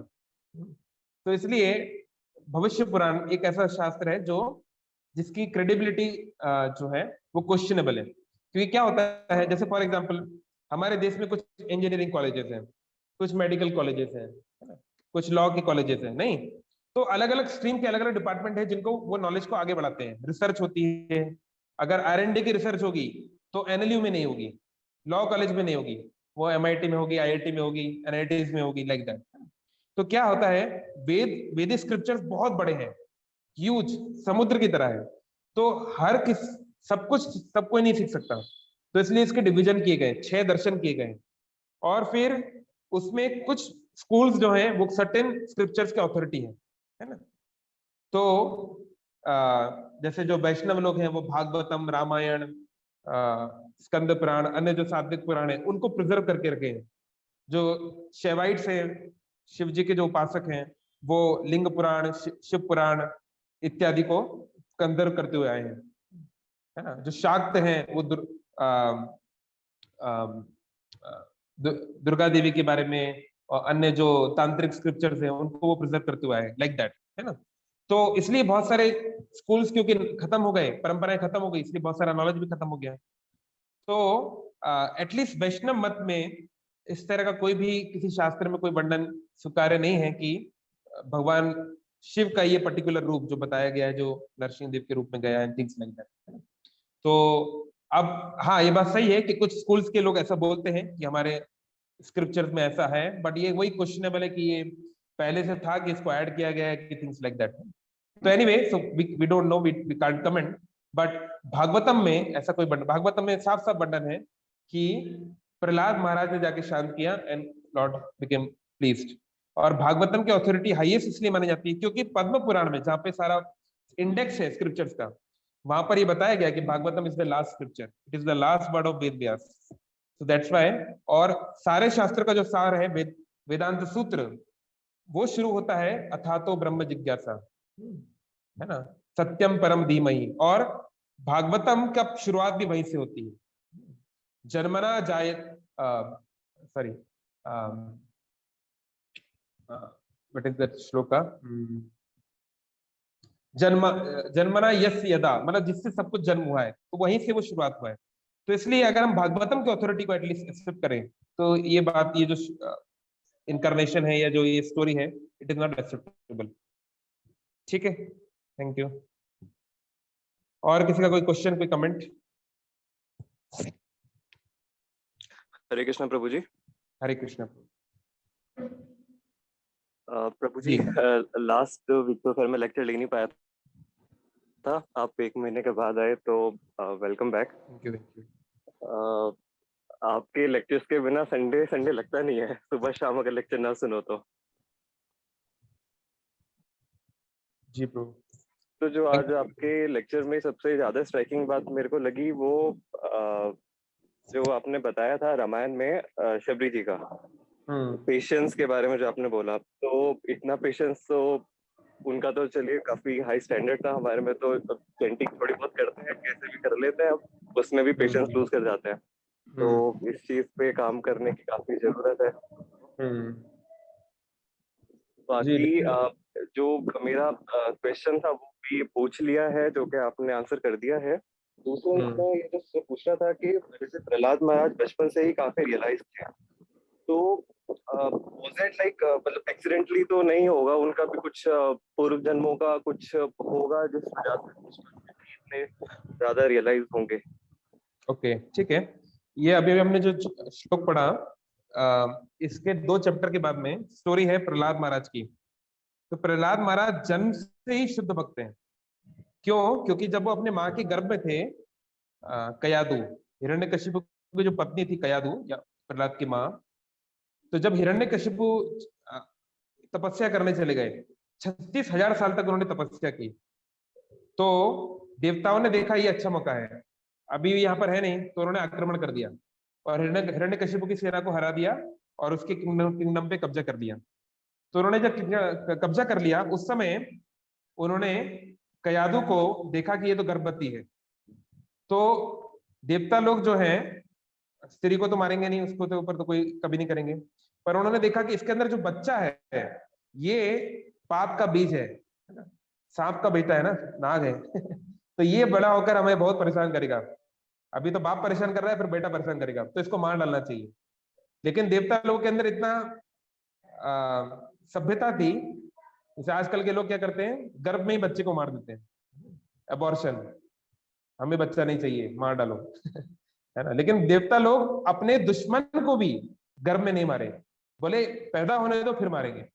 इतना उनके अंदर नैतिकता थी कि उनको जो लग रहा था कि आगे चल के हमारा सबसे बड़ा शत्रु बनेगा, उसको भी उन्होंने गर्भ में नहीं मारा। लेकिन आजकल के लोग जो है उससे इतना नीचे स्टैंडर्ड पे गिर गए, अपने ही बच्चे को, मतलब खुद के ही वंश के खासकर लड़कियों को गर्भ में मार देते हैं। क्या दुनिया हो गई, कहां से कहां हम पहुंच रहे हैं। एनीवे, तो वो मारना चाह रहे थे, तो मारेंगे तो नहीं, तो उन्होंने सोचा कि हम कयादू को गिरफ्तार कर लेते हैं, हिरण्यकश्यप की पत्नी को गिरफ्तार कर लेते हैं, और जब ये जन्म देगी बच्चे को, उस समय बच्चे को मार देंगे और उसको छोड़ देंगे, वो स्त्री को छोड़ देंगे, उसको वो कुछ नहीं करेंगे, लेकिन बच्चे को मार देंगे। ये उनका प्लान था। तो नारद मुनि वहां पर आए और नारद मुनि ने कहा ये क्या कर रहे हो तुम। उन्होंने बताया ऐसी ऐसी बात है। उन्होंने कहा नहीं, ये बच्चा कोई सामान्य व्यक्ति नहीं, ये भगवान विष्णु का परम भक्त बनेगा, परम भक्त है। तो नारद मुनि, देखिए एक और देवताओं की अच्छी बात ये है, देवता शुद्ध भक्त जनरली नहीं होते हैं, काम उनकी जो भक्ति होती है जनरली कर्म मिश्र होती है, बहुत सारे उनको डिजायर होती है, ये मिल जाए वो मिल जाए सब, लेकिन वो भक्त तब भी है। मतलब नारद मुनि ने एक बार बोला छोड़ दो तो छोड़ दिया, क्वेश्चन नहीं किया, अरे क्या मतलब ऐसा हो गया तो वैसा हो गया तो नहीं, उन्होंने बात मानी, छोड़ दिया। तो फिर नारद मुनि जो है कयादू को अपने आश्रम में लाए, और कयादू ने बोला कि अगर मेरे बेटे का अभी जन्म हो गया तो लोग तरह तरह की बातें करेंगे कि तुम्हारा बेटा आश्रम में हुआ है, किसका, उसका बाप कौन बताओ, कौन इसका असली बाप है ना। सतयुग में भी लोग जो है बहुत र्यूमर करते थे या बहुत अफवाहें फैलाते थे। तो उन्होंने जो है बोला कि नारद मुनि का ठीक है कोई बात नहीं, मैं आशीर्वाद देता हूं, जब तक तुम्हारे पति वापस नहीं आ जाते तुम्हारा बच्चा तुम्हारे गर्भ में ही रहेगा। तो हजारों साल तक प्रहलाद महाराज जो है गर्भ में ही रहे, वो बाहर नहीं आए, है ना। जब हिरण्यकश्यप वापस आया तभी प्रहलाद का जन्म हुआ उसके सामने। तो एनीवे, तो नारद मुनि जो है उन्होंने कयादू को सारा वेद जो शुद्ध भक्ति का ज्ञान देना शुरू किया, उनके पास बहुत समय था, उन्होंने देना शुरू किया। तो कयादू ने सुना और उनको फायदा भी हुआ, she also became a devotee. लेकिन वो सुनते सुनते सो गई, लेकिन प्रहलाद जो है गर्भ के अंदर सब कुछ सुन रहे थे। तो ये बात एक फैक्ट है, आप सर्च भी कर सकते हैं, जो बच्चा गर्भ में होता है उसको जैसी वाइब्रेशन मिलती है उसका उसके ऊपर बहुत फर्क पड़ता है।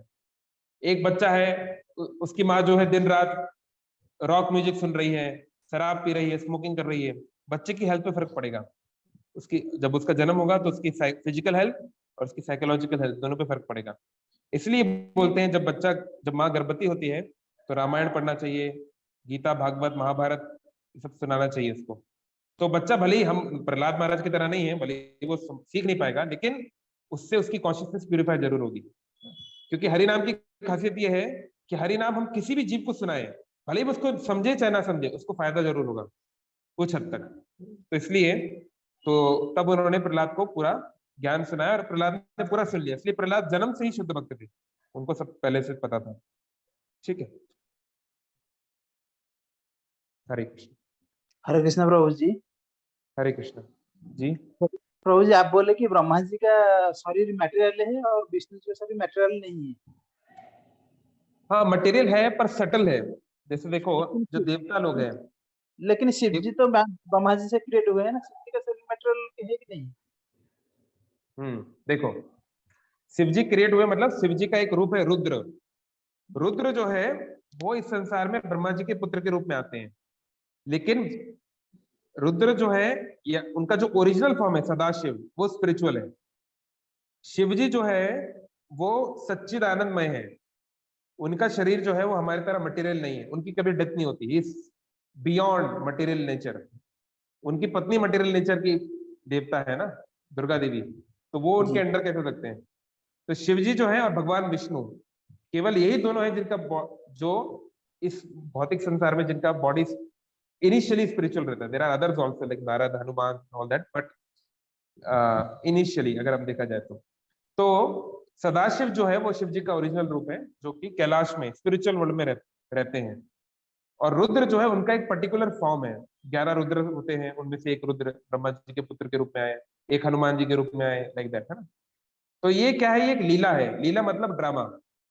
मान लो एक ड्रामा चल रहा है, उसमें आप भी हो और आपके पिताजी भी हैं।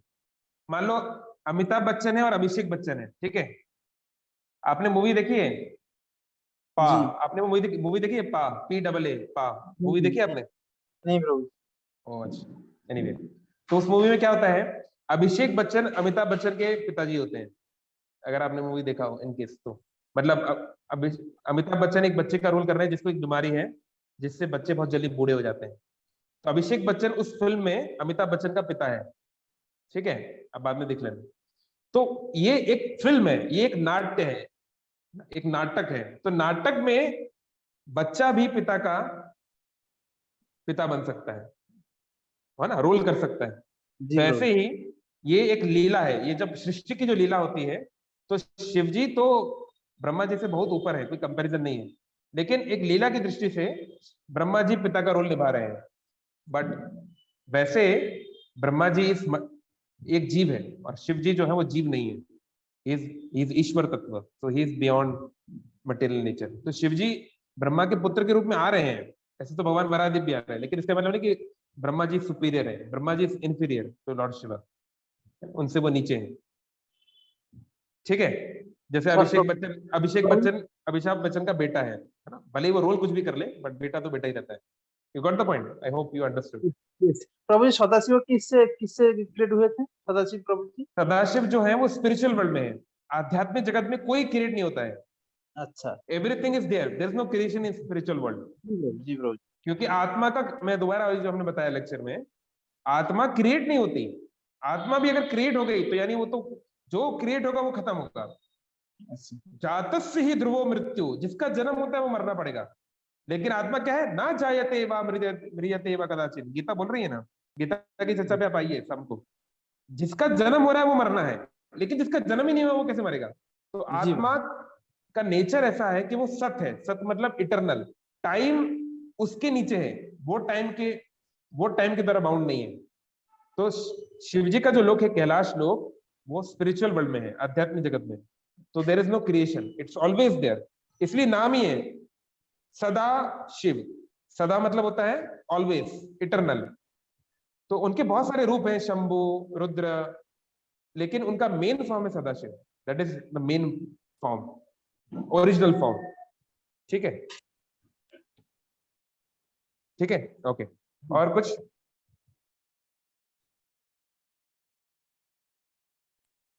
ठीक है, Hare Krishna Prabhu ji. Thank you all very much. Hare Krishna ji, Prabhu कहिए। जी बहुत बहुत धन्यवाद, आपने ये क्लास लिया, बहुत अच्छी तरह से हम लोगों को बताया कि भक्ति में कैसे पैसेंस रखना चाहिए और कैसे आगे बढ़ना चाहिए। तो मैं तो मानता हूँ ये क्लास मेरे लिए ही था क्योंकि मेरे लाइफ में जैसे जैसे चल रहा है और जैसे आने वाला है। और एक पॉइंट मुझे बहुत अच्छा लगा जो आपने कहा कि चैतन्य महाप्रभु ने कहा था कि हर घर घर में प्रचार होगा। फिर आपने बताया कि प्रभुपाद के गुरु महाराज ने जो बोला था, तो प्रभुपाद ने बहुत ही अच्छा से कहा कि प्रचार तो होगा ही, या तो कोई और करे या ना करे, बट उनका जो सबसे मूर्ख भक्त है वो जरूर करेगा। तो मुझे भी अपना जो मेरे शिक्षा गुरु हैं दाऊजी प्रभु, तो उन्होंने भी मुझे बहुत बार कहा था कि बस फेथ रखो, सब कुछ होगा, हड़बड़ाना नहीं है, पेशेंस रखो। तो जिस तरह से मैं देख रहा हूँ, मैं ज्वाइंट फैमिली से बिलोंग करता हूँ, तो अभी मेरे फैमिली में 5 लोग हैं जो चैंटिंग कर रहे हैं। हरि मैं बोल, कोशिश, बहुत अच्छा। और वैसे तो मतलब अपने गुरु से हमेशा हम लोग कनेक्ट नहीं हो पाते हैं, हमेशा हम लोग कॉल नहीं कर पाते हैं, बट सभी भक्तों से मतलब मैं बता रहा हूँ कि अगर कोई फ्रेंड सर्कल में भी है और अगर आपके कोई सीनियर भी है तो उनसे जरूर कनेक्ट रहें। और जैसे दीनवत्सल प्रभु मुझे कुछ दिन पहले बताए कि भगवत गीता पढ़ रहे हो या नहीं पढ़ रहे हो, तो इनके बोलने के बाद मैं फिर कंटिन्यू भगवत गीता को किया। मैं बहुत बार कोशिश करता था और मतलब कुछ चैप्टर तक जाता था, 8 चैप्टर 9 चैप्टर, और फिर रुक जाता था और वो फिर 1 साल 2 साल के लिए छूट जाता था। बट फिर से प्रभु जी ने बोला है स्टार्ट करने के लिए, तो मैं अभी स्टार्ट किया हूँ और अभी 2nd चैप्टर का मैं अभी चल रहा हूँ 2nd चैप्टर में। Thank you Prabhu ji. Thank you Yogesh प्रो। योगेश प्रो एक इंजीनियर है और ये सागर दिघी वेस्ट बंगाल में सेवा कर रहे थे, अभी इनका चेंज हो गया है अभी जस्ट कुछ दिन पहले। ठीक है, thank you all very much. तो हम लोग शायद शाम को तो शायद नहीं मिल पाएंगे, will see when we can meet next. Thank you. Hare Krishna Krishna Krishna Hare Hare, Hare Ram Ram Ram Hare Hare. Srila Prabhupada की जय।